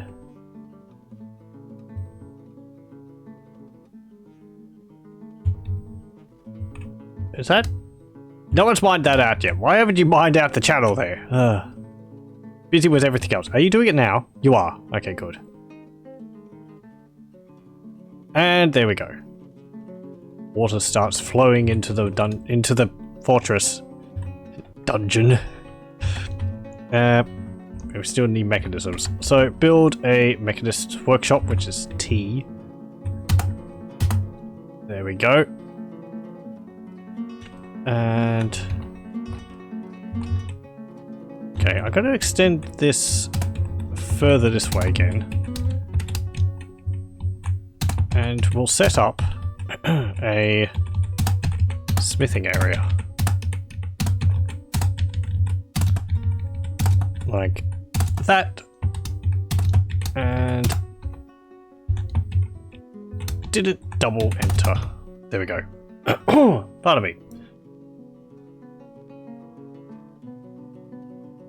Hey, look at that. Water! But no well.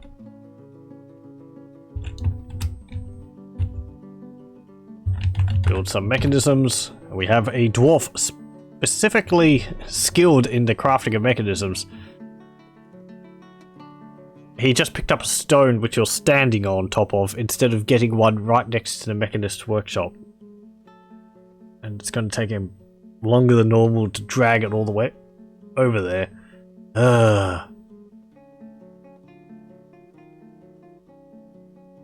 don't think it's something which I showed off too much in the previous series I did, the whole minecart system. I think I was meaning to do that, but I didn't end up doing it.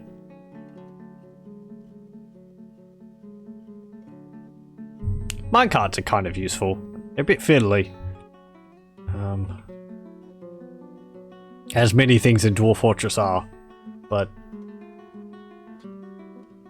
they help moving around ores and stone from a mining area into other locations in your fortress.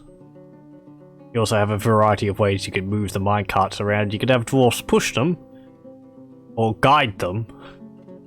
It's recommended to have the dwarves guiding the minecarts. Unless nobody can get onto the tracks of the minecart, otherwise dwarves can get hit by the minecarts and have some issues.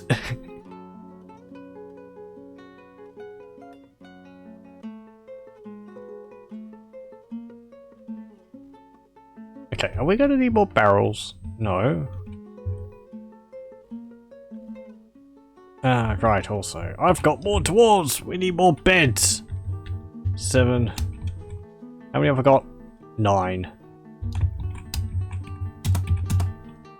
Well, all that will be just enough. I suppose we can start mining them out on the other side as well. Where's that thing? There. There we go. No! It's wrong! That doesn't help. Right here. There we go. Do.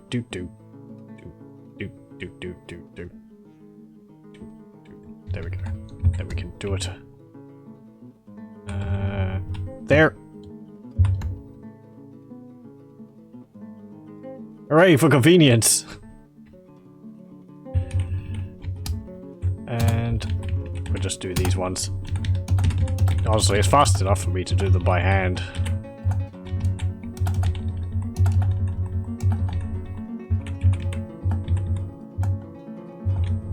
Like that.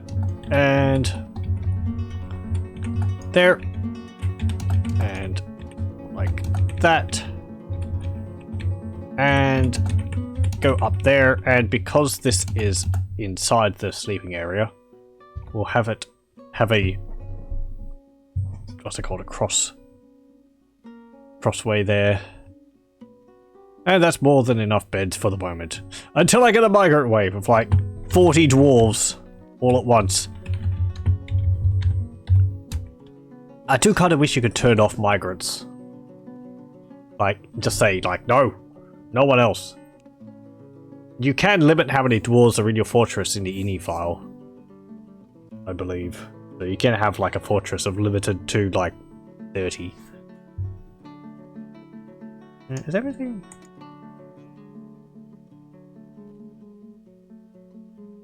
Right here. Let me just have a look.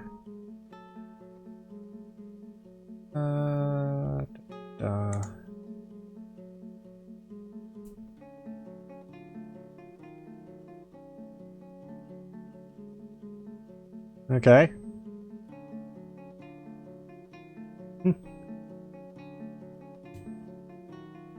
Okay, well.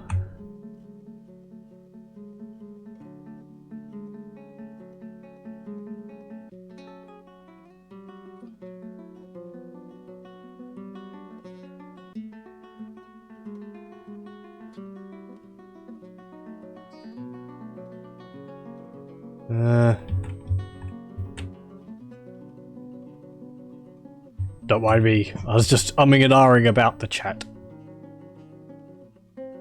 It's all these different things to do. What do all these buttons mean, and what do they all do? I'm so confused. I need to spend more time reading about things.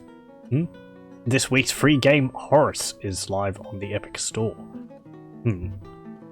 What is Horus?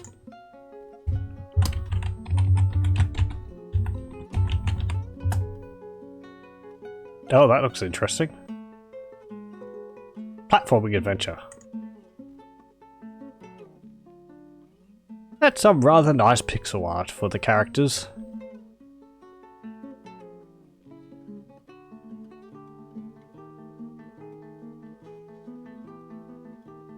That's a platformer? Like a adventure game, really? Oh no. All on the one plane. Interesting.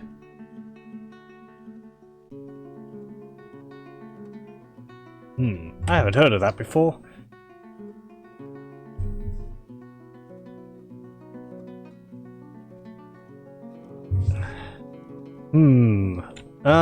What was that room there going to be? That was going to be an area for all my ores and all that.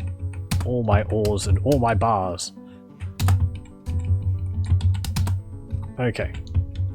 So this side is going to be metallic ores,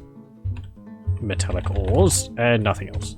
And the other side is going to be bars and blocks, and no stone.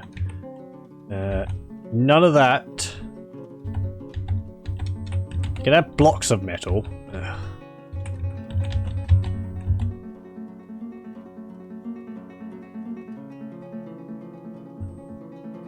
Right, and we're going to want an area nearby for the purpose of holding the I'll put it at the back here. There we go. That way they can get ore on one side, and they can get stuff on the other. Let's see, if I go there... Right, one more. I'll just put a bit of a 4x4 corridor up there. That's going to be for the bituminous coal bars and all that. Autumn has come. Thinking of that, I should make some bins. Bins. That way we can actually store some of these gems and all that. Ah. Also. Get rid of this. Don't need it anymore. And we'll put our finished goods pile down here. So, this is going to hold furniture. Going to hold ammo, coins, gems. Only cut gems though. That's fine. It can hold leather, cloth, weapon traps, armor, and sheets for the moment. So there we go. And that stockpile's getting filled up with mussel shells. It's good to see. Fortress smells like fish. And it's all okay. What about... Oh! Right, yes. You, build a table and chairs.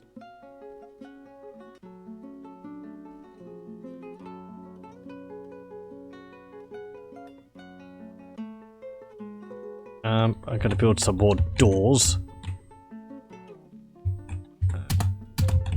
Well, we're gonna place some more doors down. Place a door over here, actually. Because that's the butcher's. That's the butchery.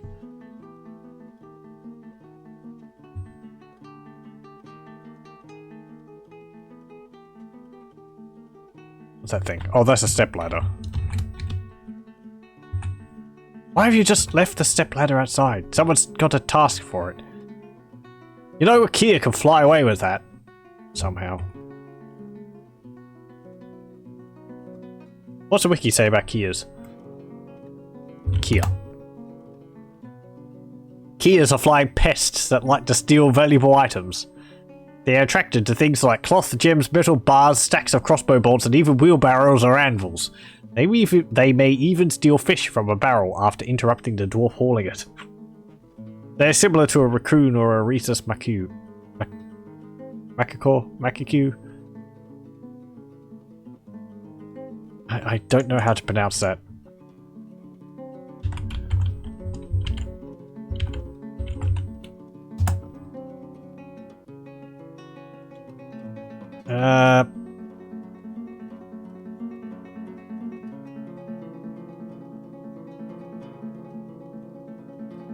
Did Google have a thing where you could just have it to pronounce things?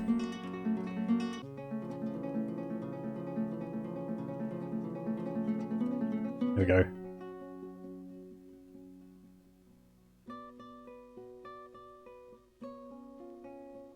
Why has it just got Rhesus Monkey? Rhesus Monkey. Yeah, but that's not what I...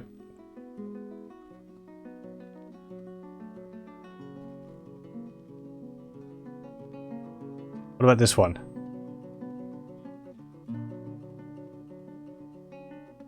Rhesus Macaque. Macaque? Okay. That was a bit difficult to see, to hear. Yeah.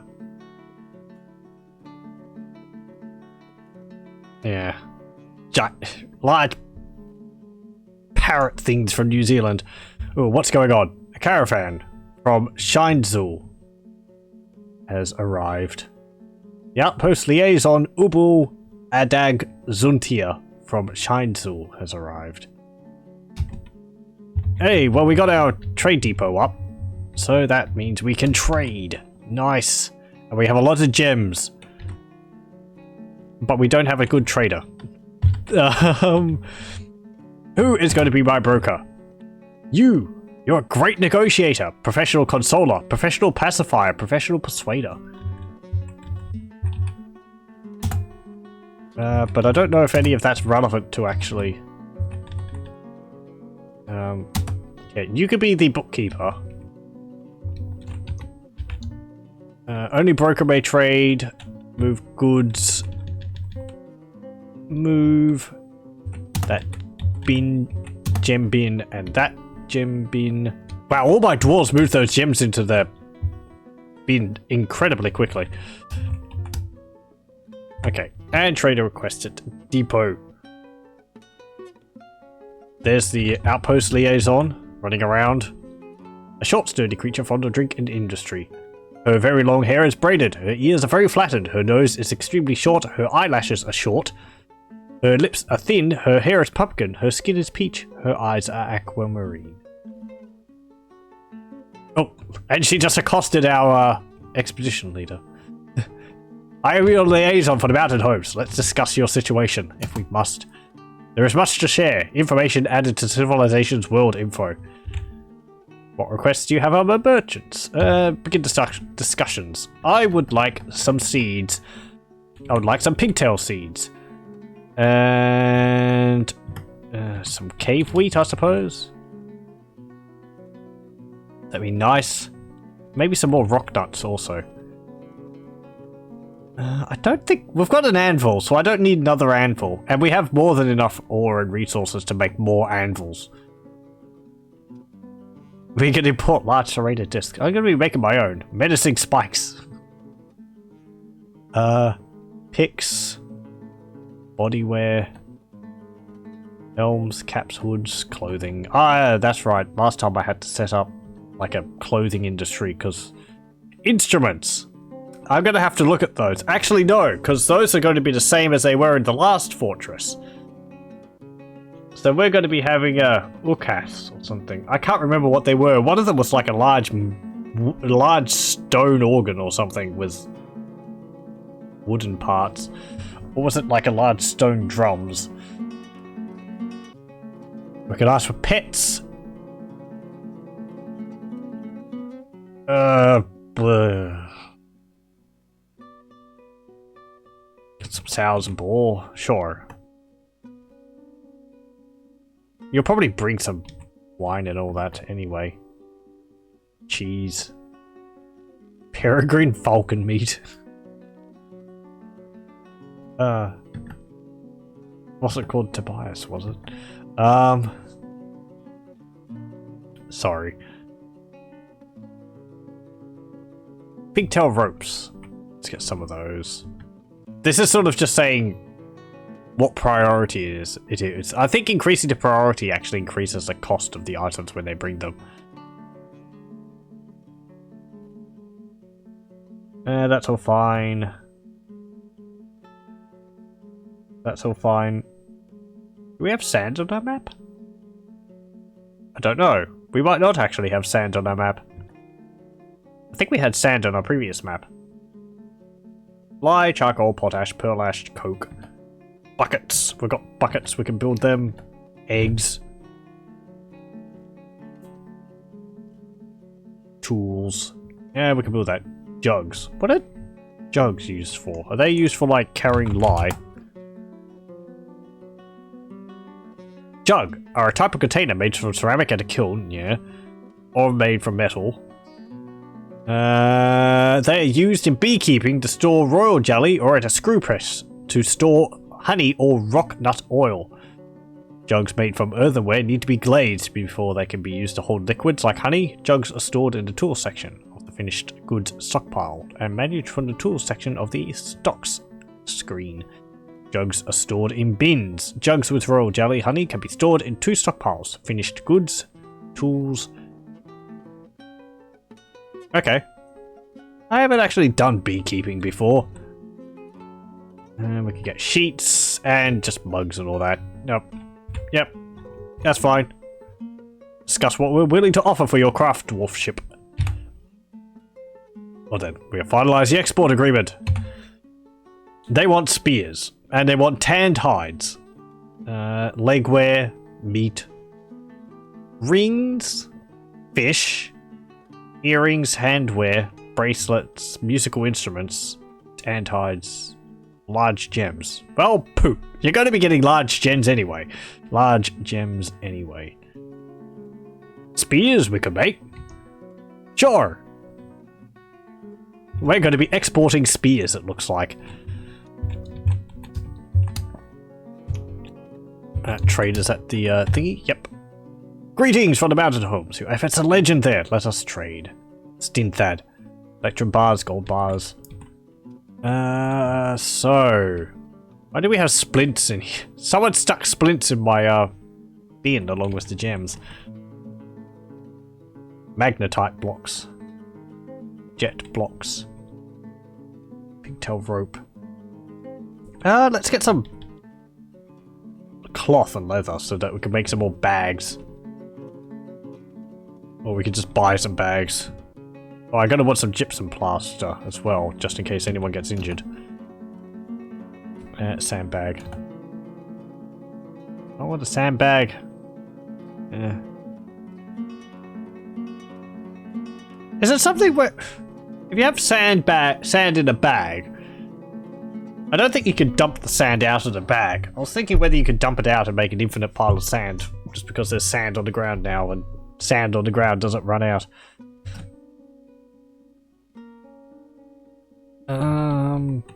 Lava wool bag.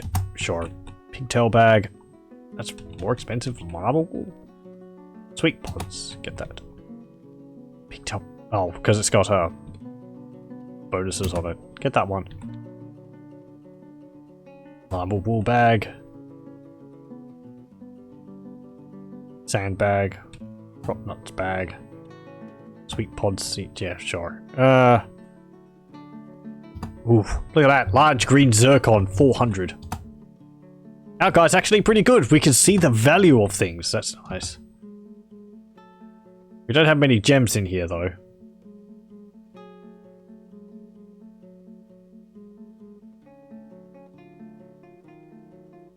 Get rid of that. Get rid of that.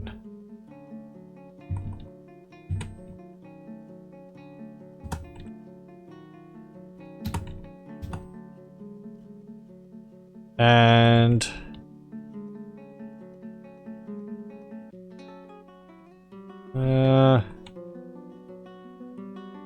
get some cave spider silk cloth.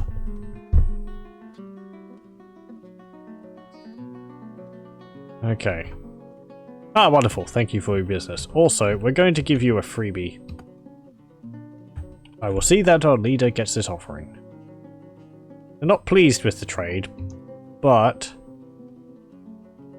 Do we have our other thing in here? Oh, someone's carrying our other bin there, so we didn't actually have all of our goods there. I thought there was very little. Okay. No.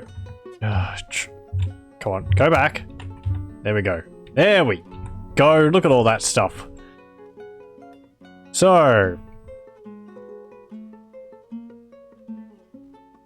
Question the economy. Copy. Can we just view this? This is a superior quality honey badger parchment scroll. It is decorated with carambola wood. The rollers are made from native copper. Written on the item is a manual entitled Question the Economy, authored by Mr. Miraseed. It concerns the process of economic data collection. Overall, the prose is not awful, but it's not very good either. I just like that the dwarves can write about things. It's just... What are you thinking about? I would imagine most of the books aren't written about it. I want a good drink. I was forced to drink Plump Helmet wine for 5 years. Or longer. 20 years. Can't do that anymore. Muskmelons, strawberries. Let's buy a whole bunch of food. Pineapples. Bitter melons, leaves, watermelons, quarry bush leaves, elephant head, amaranth leaves? What the dickens is that? Elephant and amaranth. elephant head amaranth. Oh, okay. It's a weird looking plant. Very pretty though. Got like a big bunch of red flowers on the end of it. Oh, Google's changed its layout recently. It's don't like it. Whatever. Get some more watermelons. Get some strawberries. Get some eggplants. Get some peppers. Bitter melons. Peppers. Strawberries. Pineapples.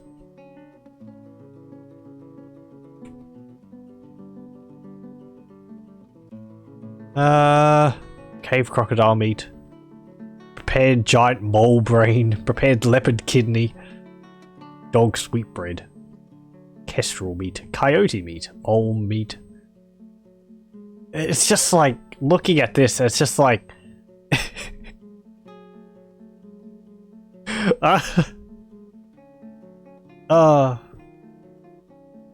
yes, we only sell the finest in llama lung. Rattlesnake brain. Steel bolts, 1,000. Galena crown.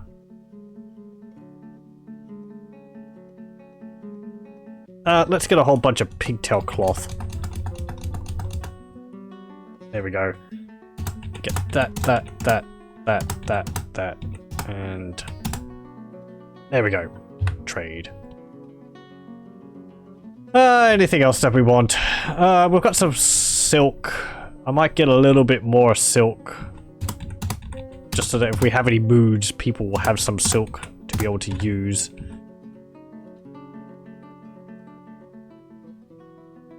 What else? What's something else which dwarves tend to ask for, which you don't have right off from the get-go?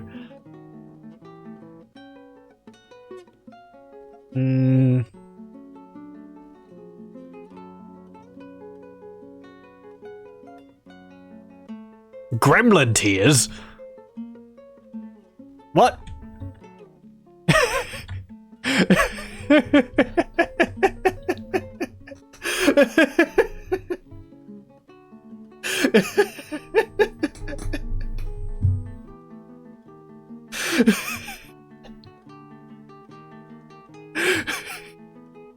I'd ask why. But then, you know, with everything else they have in their inventory. Yes, freshly squeezed gremlin tears. Oh, jeez. I don't think I've ever even seen a gremlin. No, I think I might have in my last stream. Let's actually see. I didn't even know gremlins could cry. Gremlin. Gremlins are intelligent cavern creatures, which are invisible until spotted. It cause various kinds of fun in your fortress by stepping on pressure plates, pulling levers, opening cages, picking locks, and opening forbidden doors. Yeah, right. Despite being intelligent creatures, gremlins possess a pet exotic token, and can in fact be trained by your dwarves. Provided you can bypass their natural immunity to most traps, they don't possess a pet value, which theoretically makes them worthless for keeping around your fort. But if you do manage to capture and train a gremlin, it could actually become your mare. In fact, this is quite likely, because the gremlin is not able to work, so it will spend all of its time in your meeting hall making friends. After a certain period of time, a trained adult gremlin will turn into a gremlin hunter, and then will hunt alongside your hunters. This is because gremlins have natural skill in ambushing, which is associated with hunting labor. Note that a trained gremlin will not pull levers anymore. In the current version, a stray gremlin will claim a bed in the inn and become a long-term resident, eventually petitioning for citizenship. This can be mortally annoying because they will then perform labors and ignore requests to be trained, resulting in trainers dying of starvation and thirst if you aren't careful. A solution to this is to make them exclusively soldiers, or assign them to a small borough with a workshop exclusive to them, and make the area a training ground. You can also order them to station in the training ground. Oh, jeez.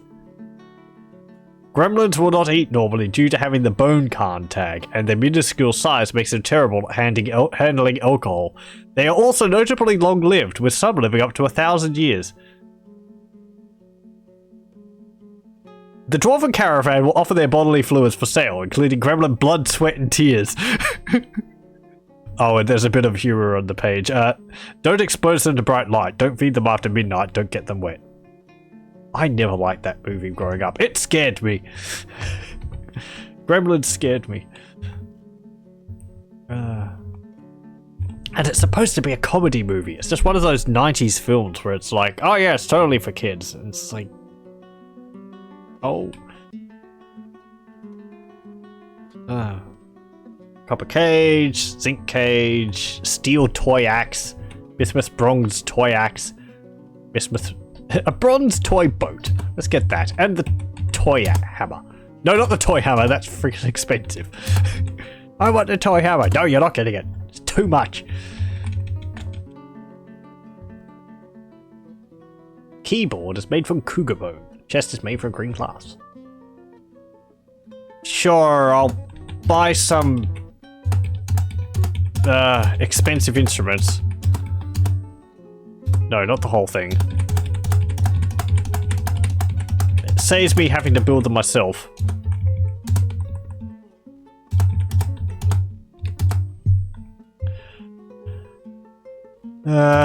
Get that. Crystal glass knob. The crystal glass knob. The drum is made from crystal glass. Oh. The head is made from reindeer leather. The knob is a large handheld percussion instrument. It consists of an hourglass glass drum with a leather head. The musician strikes a head. The instrument has a 1-octave range going from a middle to a high pitch. Tuning is accomplished by adjusting the tension of the head. The instrument has light, fragile, flat timbre.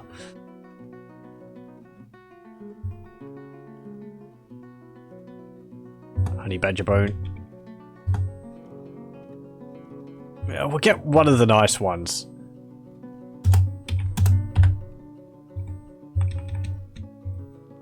Okay. That should be enough for the moment.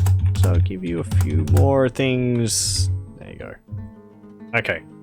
And that should be enough. And we'll move our goods back. Thank you. There we go. You can keep your gremlin tears. Actually, I kind of want to get them just for the curiosity's sake, but I'm afraid a dwarf would drink them.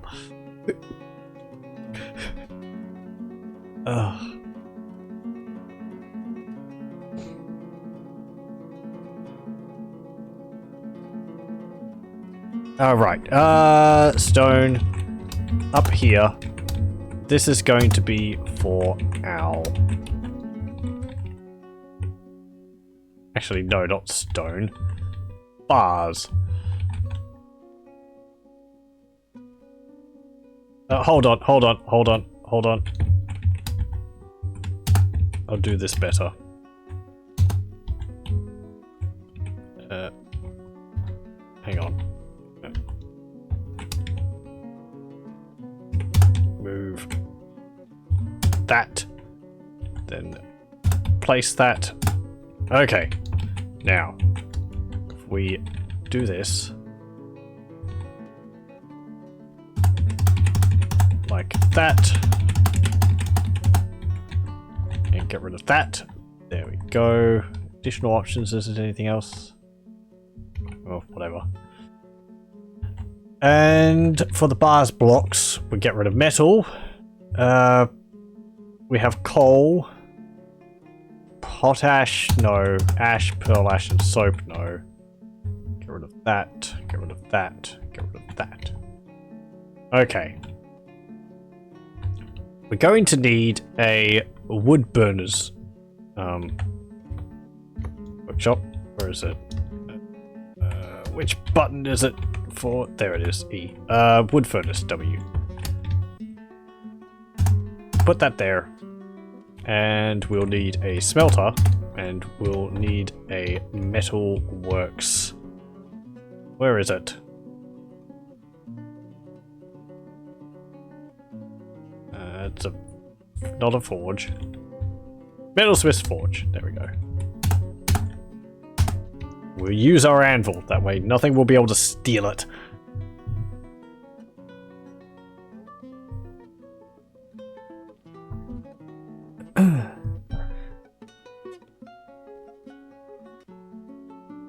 Ooh. Do we have more beds now? Good. No, I didn't build more beds. I just had the one left over. How many dwarves have we got? 15. Yes, we do. No one's had any babies.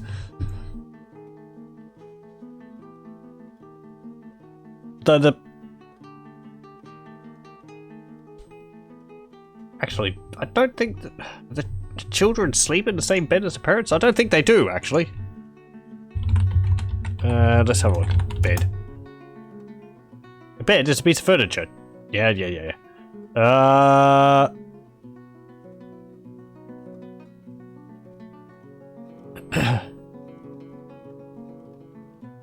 A beginning fortress might only need 4 to 5 beds for their initial 7 dwarves, although as time passes and the sleeping rhythms get more out of sync, that number drops.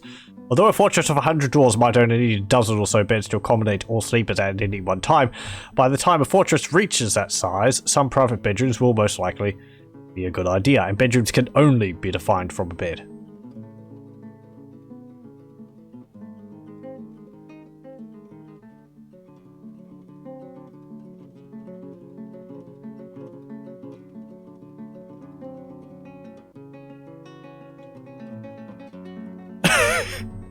You can reassign or free unassigned a bed, even if a dwarf is sleeping in it at the time. The change in assignment will take effect when they wake up.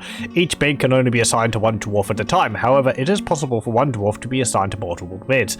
If, after you assign a dwarf their bed, you see 2 dwarves listed, don't panic, it's okay, they're married and will share that bed.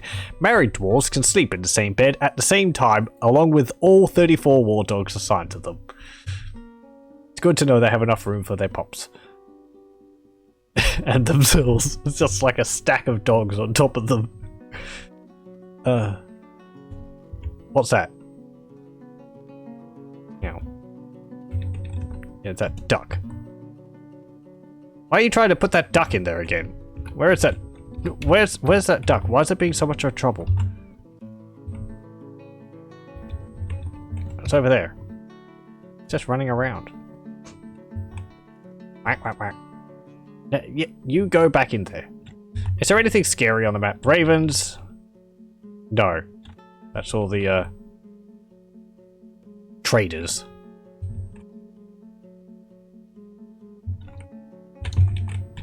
Do we not have any Metalsmith Dwarves?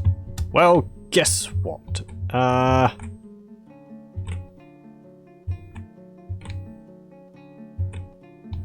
Who doesn't have much to do? You pump operator. You are now a metalsmith. Furnace operating, weaponsmithing, armoring, blacksmithing, sure. And you as well. And metal crafting. You can both do that. Mechanics don't have that much to do since we don't need to create mechanisms that often. Also, I never built that well. I forgot about it. There we go.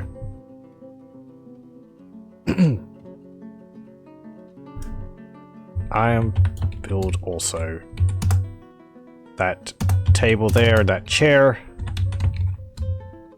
Stick a door on there. And there. Place a door there and door there. There we go. Also, where is it? There we go. No, I've got no more doors left.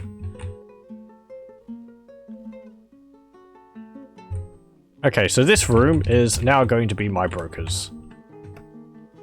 Assign chair. Broker. You're not very good at this job, but don't worry. You're going to keep doing it until you're good. No, not the broker, the bookkeeper. There we go.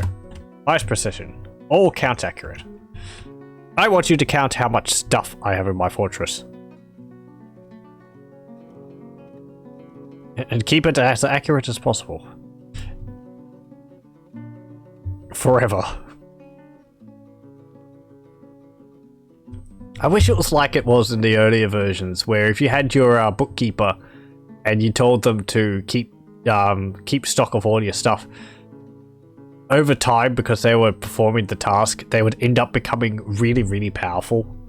Because they would become a legendary bookkeeper. And they'd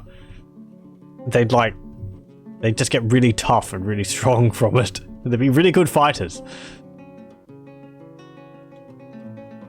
Or they'd be able to withstand a lot of punishment.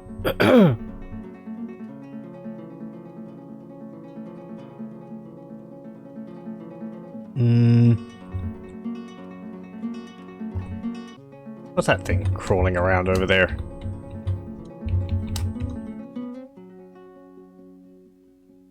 Where's it gone? It's like a blue dot.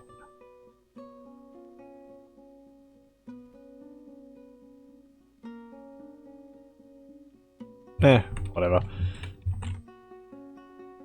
Okay, so we're going to need to make a bit of charcoal. And these miners can auto-mining ore gems. Mine that. Mine that. And go up some floors. Is that bituminous coal there? And ooh, there's a nice chunk of it over there. Go for that. Good.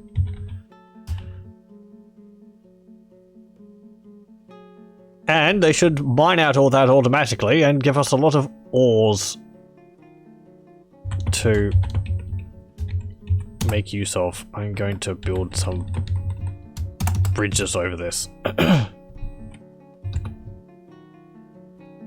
Also, you've still got those ramps all over our fortress. I should get rid of those. It's messy!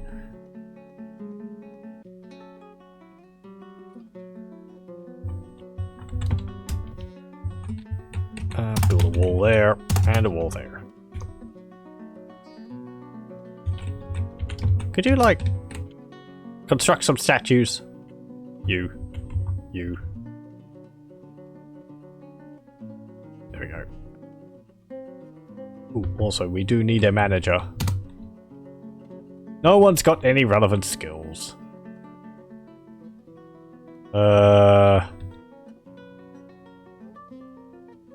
Fish dissector.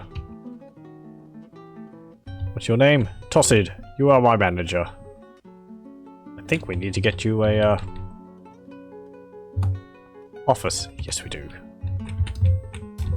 Get that and that. And your office can be next to the bookkeeper. I said your office can be next to the bookkeeper. And you should have a door as well. Just for neatness sake. Look at them stuffing their wagons full of all of my gems. Ah! Oh well. Oh, migrants have arrived. Oh, lovely. 1, 2, 3. Is that a rooster? 4, 5. 5? 20! That's not that bad, actually. Oh.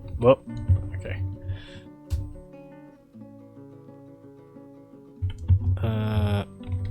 Come on. Go down. Place some more beds. I said beds. Beds start with B. It doesn't start with a D. And there. And there. And that. And that.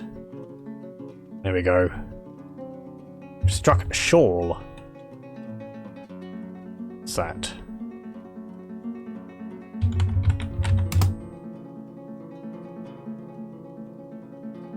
Shawl. The most common species of tourmaline is shawl, the sodium ion deviant end member of the group. May account for 95% or more of all tourmaline in nature. Ah. Interesting. Okay. Learn geology with Dwarf Fortress. Oh, we've got all those blocks in there. The blocks aren't in our finished goods pile. Look at all that hematite we're mining out. Lovely. Hematite is an iron of ore, isn't it? Ore of iron. Yep.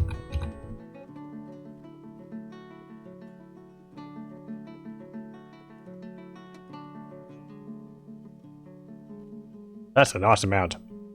This world was created with frequent levels of ores. So we're getting more than we normally would. It just helps populate the world a bit more so that you can have things like this happen more often, where we've got all the ingredients on the one map for steel, rather than having to trade it all and all that. It just allows for a bit more freedom, I feel, with outfitting your dwarves and everything. We're gonna have to put more people in here. There's a blue thingy, there's a kitten, nope, stray bunny, Polt.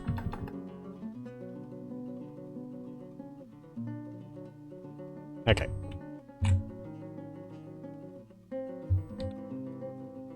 What was that R? Ah, it's a stray bunny. A small lagomorph with long ears. It has powerful hind legs which it uses to swiftly avoid predators. It can be found anywhere from forests to deserts. His hair is pumpkin. His skin is dark peach. His eyes are black.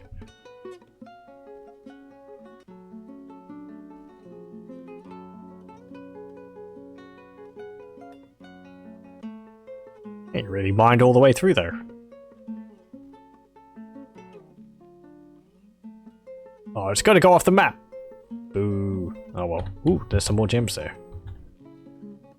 Mine or gems.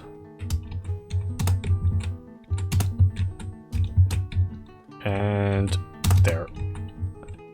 The way I'm auto mining this is when you press D for mine, it comes up down here with some settings. You can say A to change the setting for it. So it's usually on designating all. If you press A, it goes to auto mining all gems. You can also set it to designating all gems, which I think means that you only select ore and gems if you do this. Yeah. Which I don't want to do because that will make some holes in my walls. There's also just designating gems. So yeah. It's nice. You do have to put it back onto designating all if you want to mine out rooms like normal, but it's a nice way to sort of place it and forget. Though I think they might only mine out the ore that you set. So here they were mining out bituminous coal and they didn't end up mining this. They won't just mine whatever ores they come across. What I mean.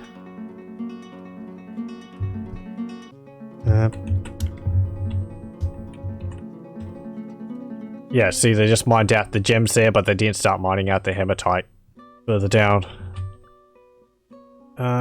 Okay, do we have those things? We do. Table, chair, and a door.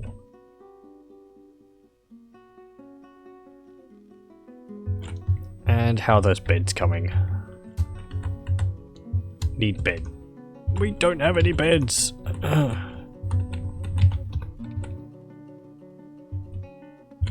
Okay, have we got charcoal? No, we do not. Oh, we don't have a wood burner.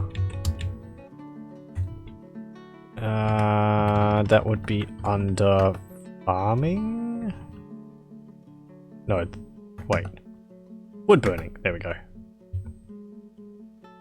Okay. Go make me some charcoal. That way we'll be able to get our iron industry off the ground. Need some more doors. How long have we been going? 2.5 hours. Might play for like 10 more minutes and then I'll call it for the night. I think previously for my other Dwarf Fortress streams I liked going for long periods of time. I might do that again? We'll see. Now that I finished Quake 2, I'm going to have to think of something else to do.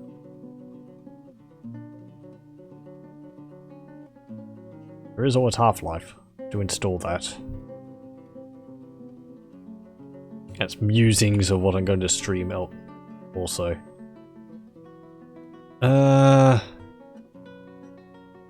So yes, okay, good. We got some stuff from that. So if we go to the smelter, we can make coke from bituminous coal. And just keep doing that.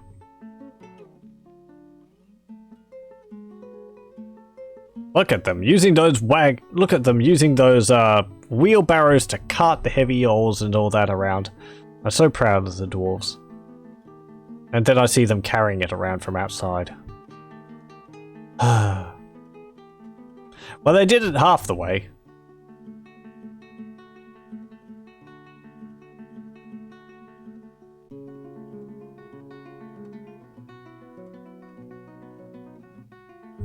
I've got three wheelbarrows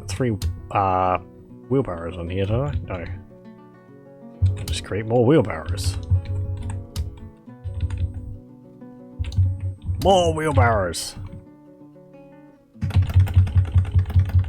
I mean, they're easy to make.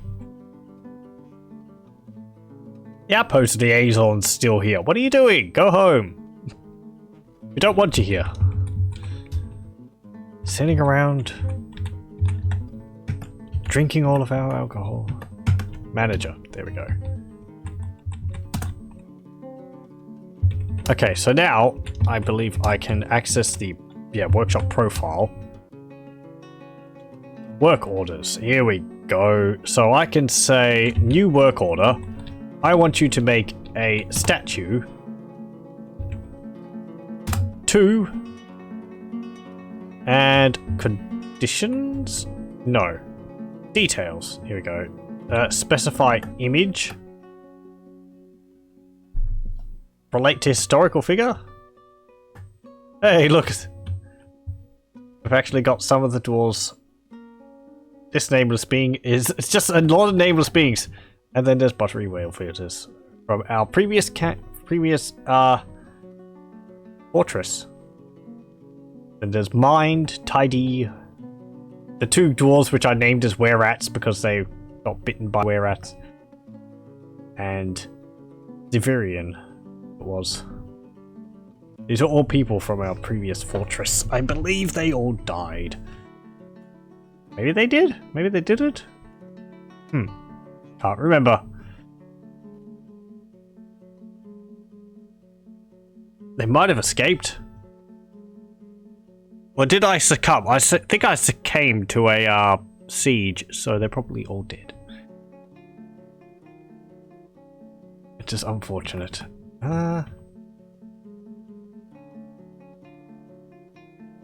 Sure. Let's do one of mind. Actually, hang on. I think I have to just do individual statues, because otherwise... construct rock statue 1. And do another one. No. And... no. Detail? Detail. There we go. Specify image. And keep going down.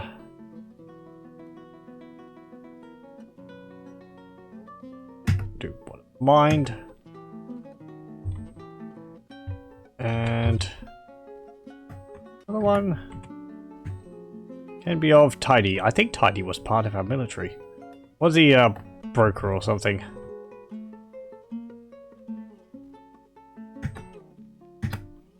There we go. Okay, so that way you can specify statues to be made of specific things. You can also choose them to be made to be done based off of specific gods, which might be nice to have in a temple. Speaking of which, we should get a temple going sometime. So many things.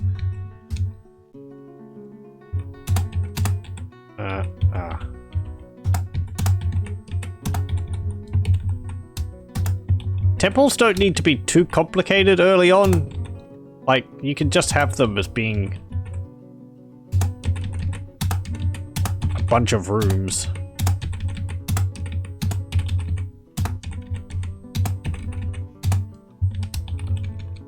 Just for dwarves to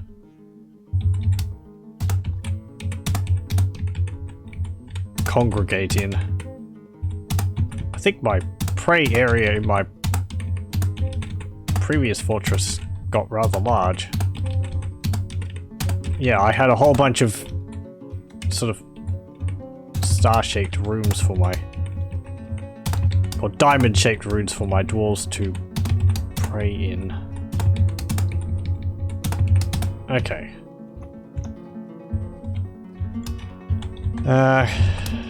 Cut that off there. There we go. That will do at least for the beginning. Since we've only got 20 dwarves, so we shouldn't have too many gods to worship. Though I think I end up just making one after everyone. Actually, no, I end up making the temples based off of which ones have the most followers, and then go down to the ones with in that order. So the one with the most followers goes first, and so on. Good. Okay. I'm gonna want not a barrel. I'm gonna want a bin there, and put a bin there. And that's fine.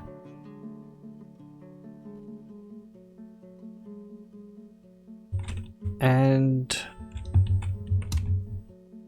get rid of the wood furnace. We don't need that anymore because we have our smelting system on, because we can just use coke to make more bituminous coal. Perpetual fuel. So build another smelter.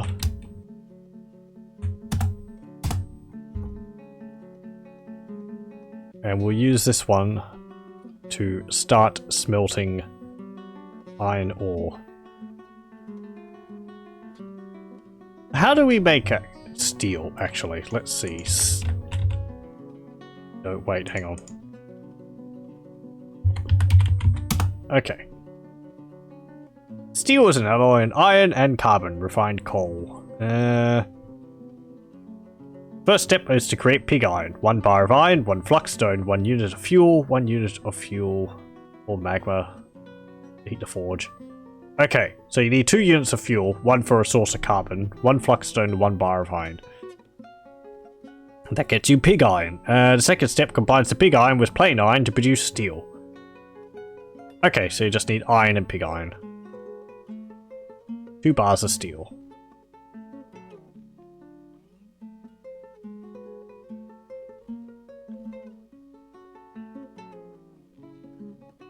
Okay. And it makes it a lot easier if you have a magma forge, because that way you don't need to supply the fuel to actually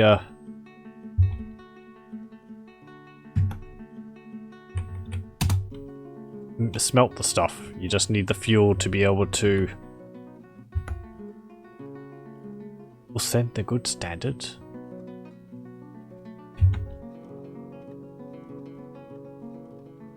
Oh, that's a deity statue. Okay. I've got a granite statue of leeches. One of my dwarves hates leeches. Put that one there. You haven't finished the other one, so I suppose stop that one. And we've got a... What was the other one? Of lions?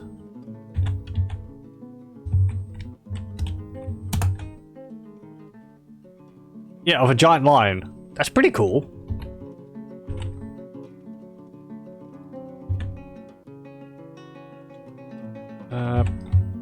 Get rid of the ramps here.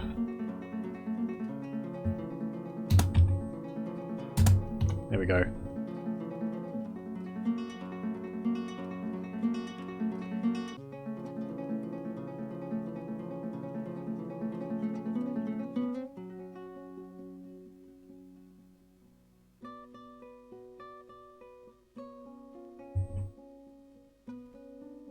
And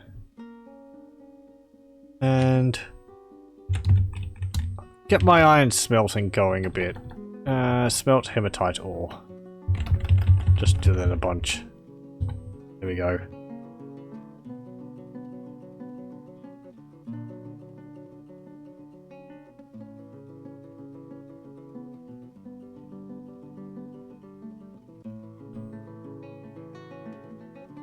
We're going to have our smelters also smelting the ore and also smithing. Why do we have all these? Oh, right.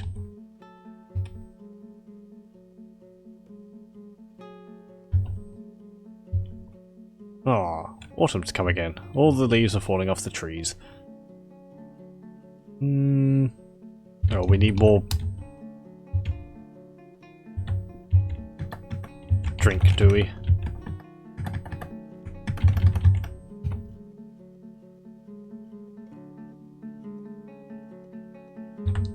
Come on. Do you have a job? No job. Wax worker? Congratulations. You are now a brewer.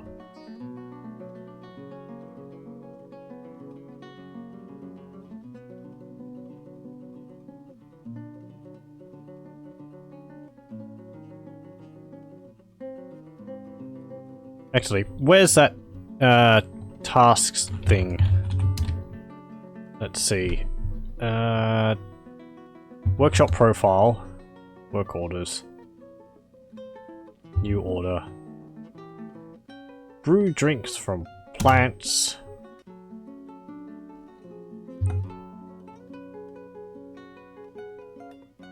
Conditions.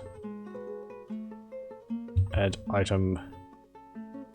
Out of items available is at least 0.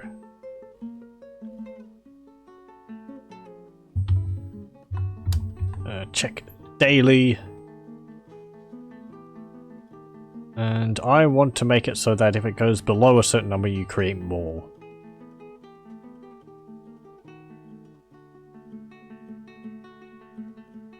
Change number. Amount of items available is at least 5. So, if I believe the amount of drink from plants is at least... No. Change inequality is less than 5. If the amount of items available is less than 5, then I want you to create more.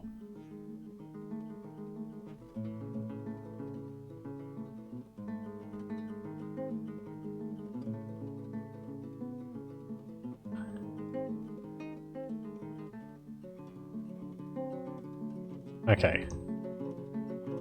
But I'd also kind of like to change this. I gotta start this again, actually. Brew drink from plants. 10. Get rid of this. Remove that. Conditions.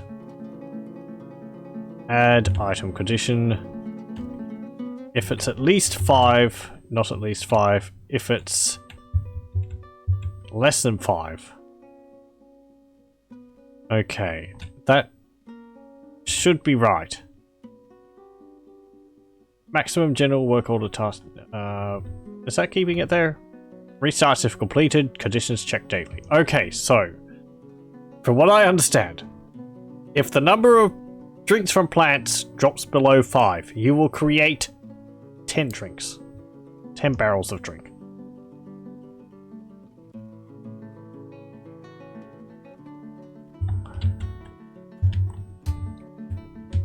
You can put the statue of giant lion out there. I'm actually going to get you to create another statue. Workshop profile. Work orders. New order. Make a statue. 1. Details. Specify. Not details. What was the stone? It doesn't matter. I think it was a chalk statue, probably.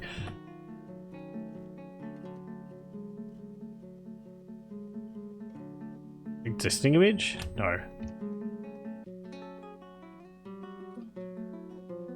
Specify a new image. Creature. Filter.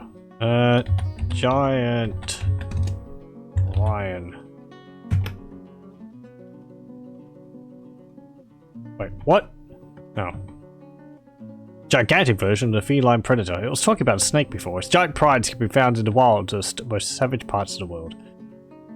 How many? Just one. Image is of a giant lion. Done. Here we go. We'll have our fortress flanked by 2 giant lions. It's pretty cool. Have we got any iron ore yet? No. What are you doing? Oh, you're sleeping. Have we got those beds? I did put a bunch of beds down. Whose beds aren't allocated? Assign that. Assign that. And there. And there. And a wax worker. Architect. Fishery worker. Cattle. And that's everyone. What? I suppose everyone's married. A bunch of dwarves are married with each other, so... Wait, did I place... That's just being dumb. I placed doors instead of beds down there. You can't sleep on a door. That's where my doors went. Get those doors out of there. Your over-dwarf overseer is going crazy. Also.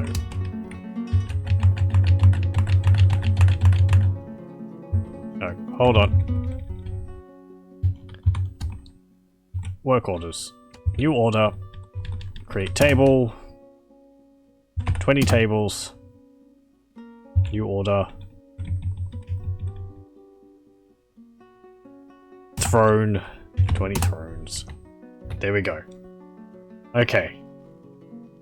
I'm glad I've been talked into using that manager system more often, because it means that I can actually say higher numbers than 10, and I can be sure that they will actually produce all of them rather than just cancelling them.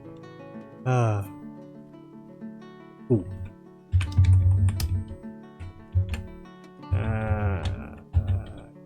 Pigtails. Pigtails.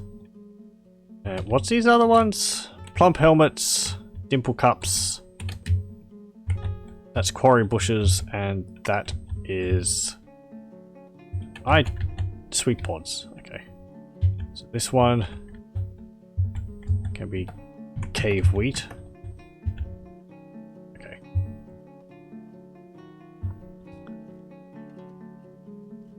And...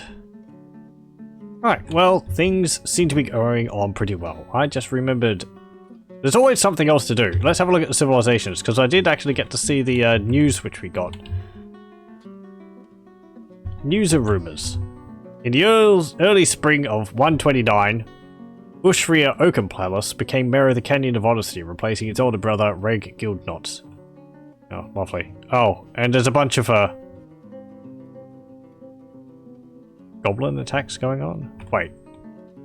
What? Oh, what's this? Council of Habits fled from the area just before the army of Tenacious Stone of Liberty, led by the elf Kovema Seaplay, descended upon top spires. Wait, an army of elves? Okay. Yeah, I was seeing that. They were coming from an elven retreat. The army of Nilo Throne Talons marched on Crushhames. Early spring of 130, the army of Beretha Lushhail, the Lavender Whiskers, marched on Flew Cloistered. And what's this down here? The army of Asno Hated Crested marched on Min Trophus. became mayor of the Tempted Ores, replacing Royal Glen Lancers.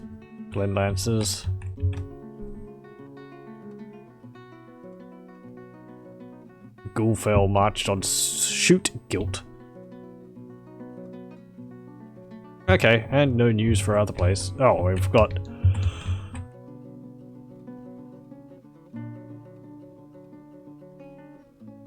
Refugees calling themselves a weak society fled from the area just before the army of the Sins are revolting, led by the dwarf bosser Malign Stoker, descended on Twinkling Rock. Okay. And we don't know what's happening down here. This is just like another continent entirely. So, okay. Well, we've got our fortress up and running. We haven't necessarily gotten the food situation under control completely. We're still existing off mussels and all that. I would like to set up an above ground farm so that I can get some more variety in diets. I'll be doing that like I did it in the last series, where I dig a whole floor over the top of it so that it technically counts as outside, but nobody can get in there. We've got our iron industry going up, which is good because if we get some spears before next trade, the traders come again, we'll be able to trade them some spears at a high profit because they're willing to pay nearly twice the amount, or 200% for them. We've got wood. We've got gems, which I can get more of. We're on our way to getting steel, which is nice. Having our dwarves decked out in steel armor would be very nice. I'm also going to be creating some serrated discs and all that, so that we can defend our fortress with some traps. So I might need to read up on traps again, because I know that if they discover the traps, or they know that they're there beforehand, they can dodge them. But I don't know whether that means they can dodge them forever. I think if you knock them out and they fall on the trap, they get hurt by it. Otherwise, they just keep dodging it because they know where it is. But anyway, I will save it here. I've actually gone on for a bit longer than I meant to. Ah, well, there's always something else to do in Dwarf Fortress. And that will be the end of this episode of Dwarf Fortress, what was the name of our fortress by the end? I've actually forgotten. Oh well. I suppose I could just check on the playlist. Oh. On the on the main menu when it finishes saving.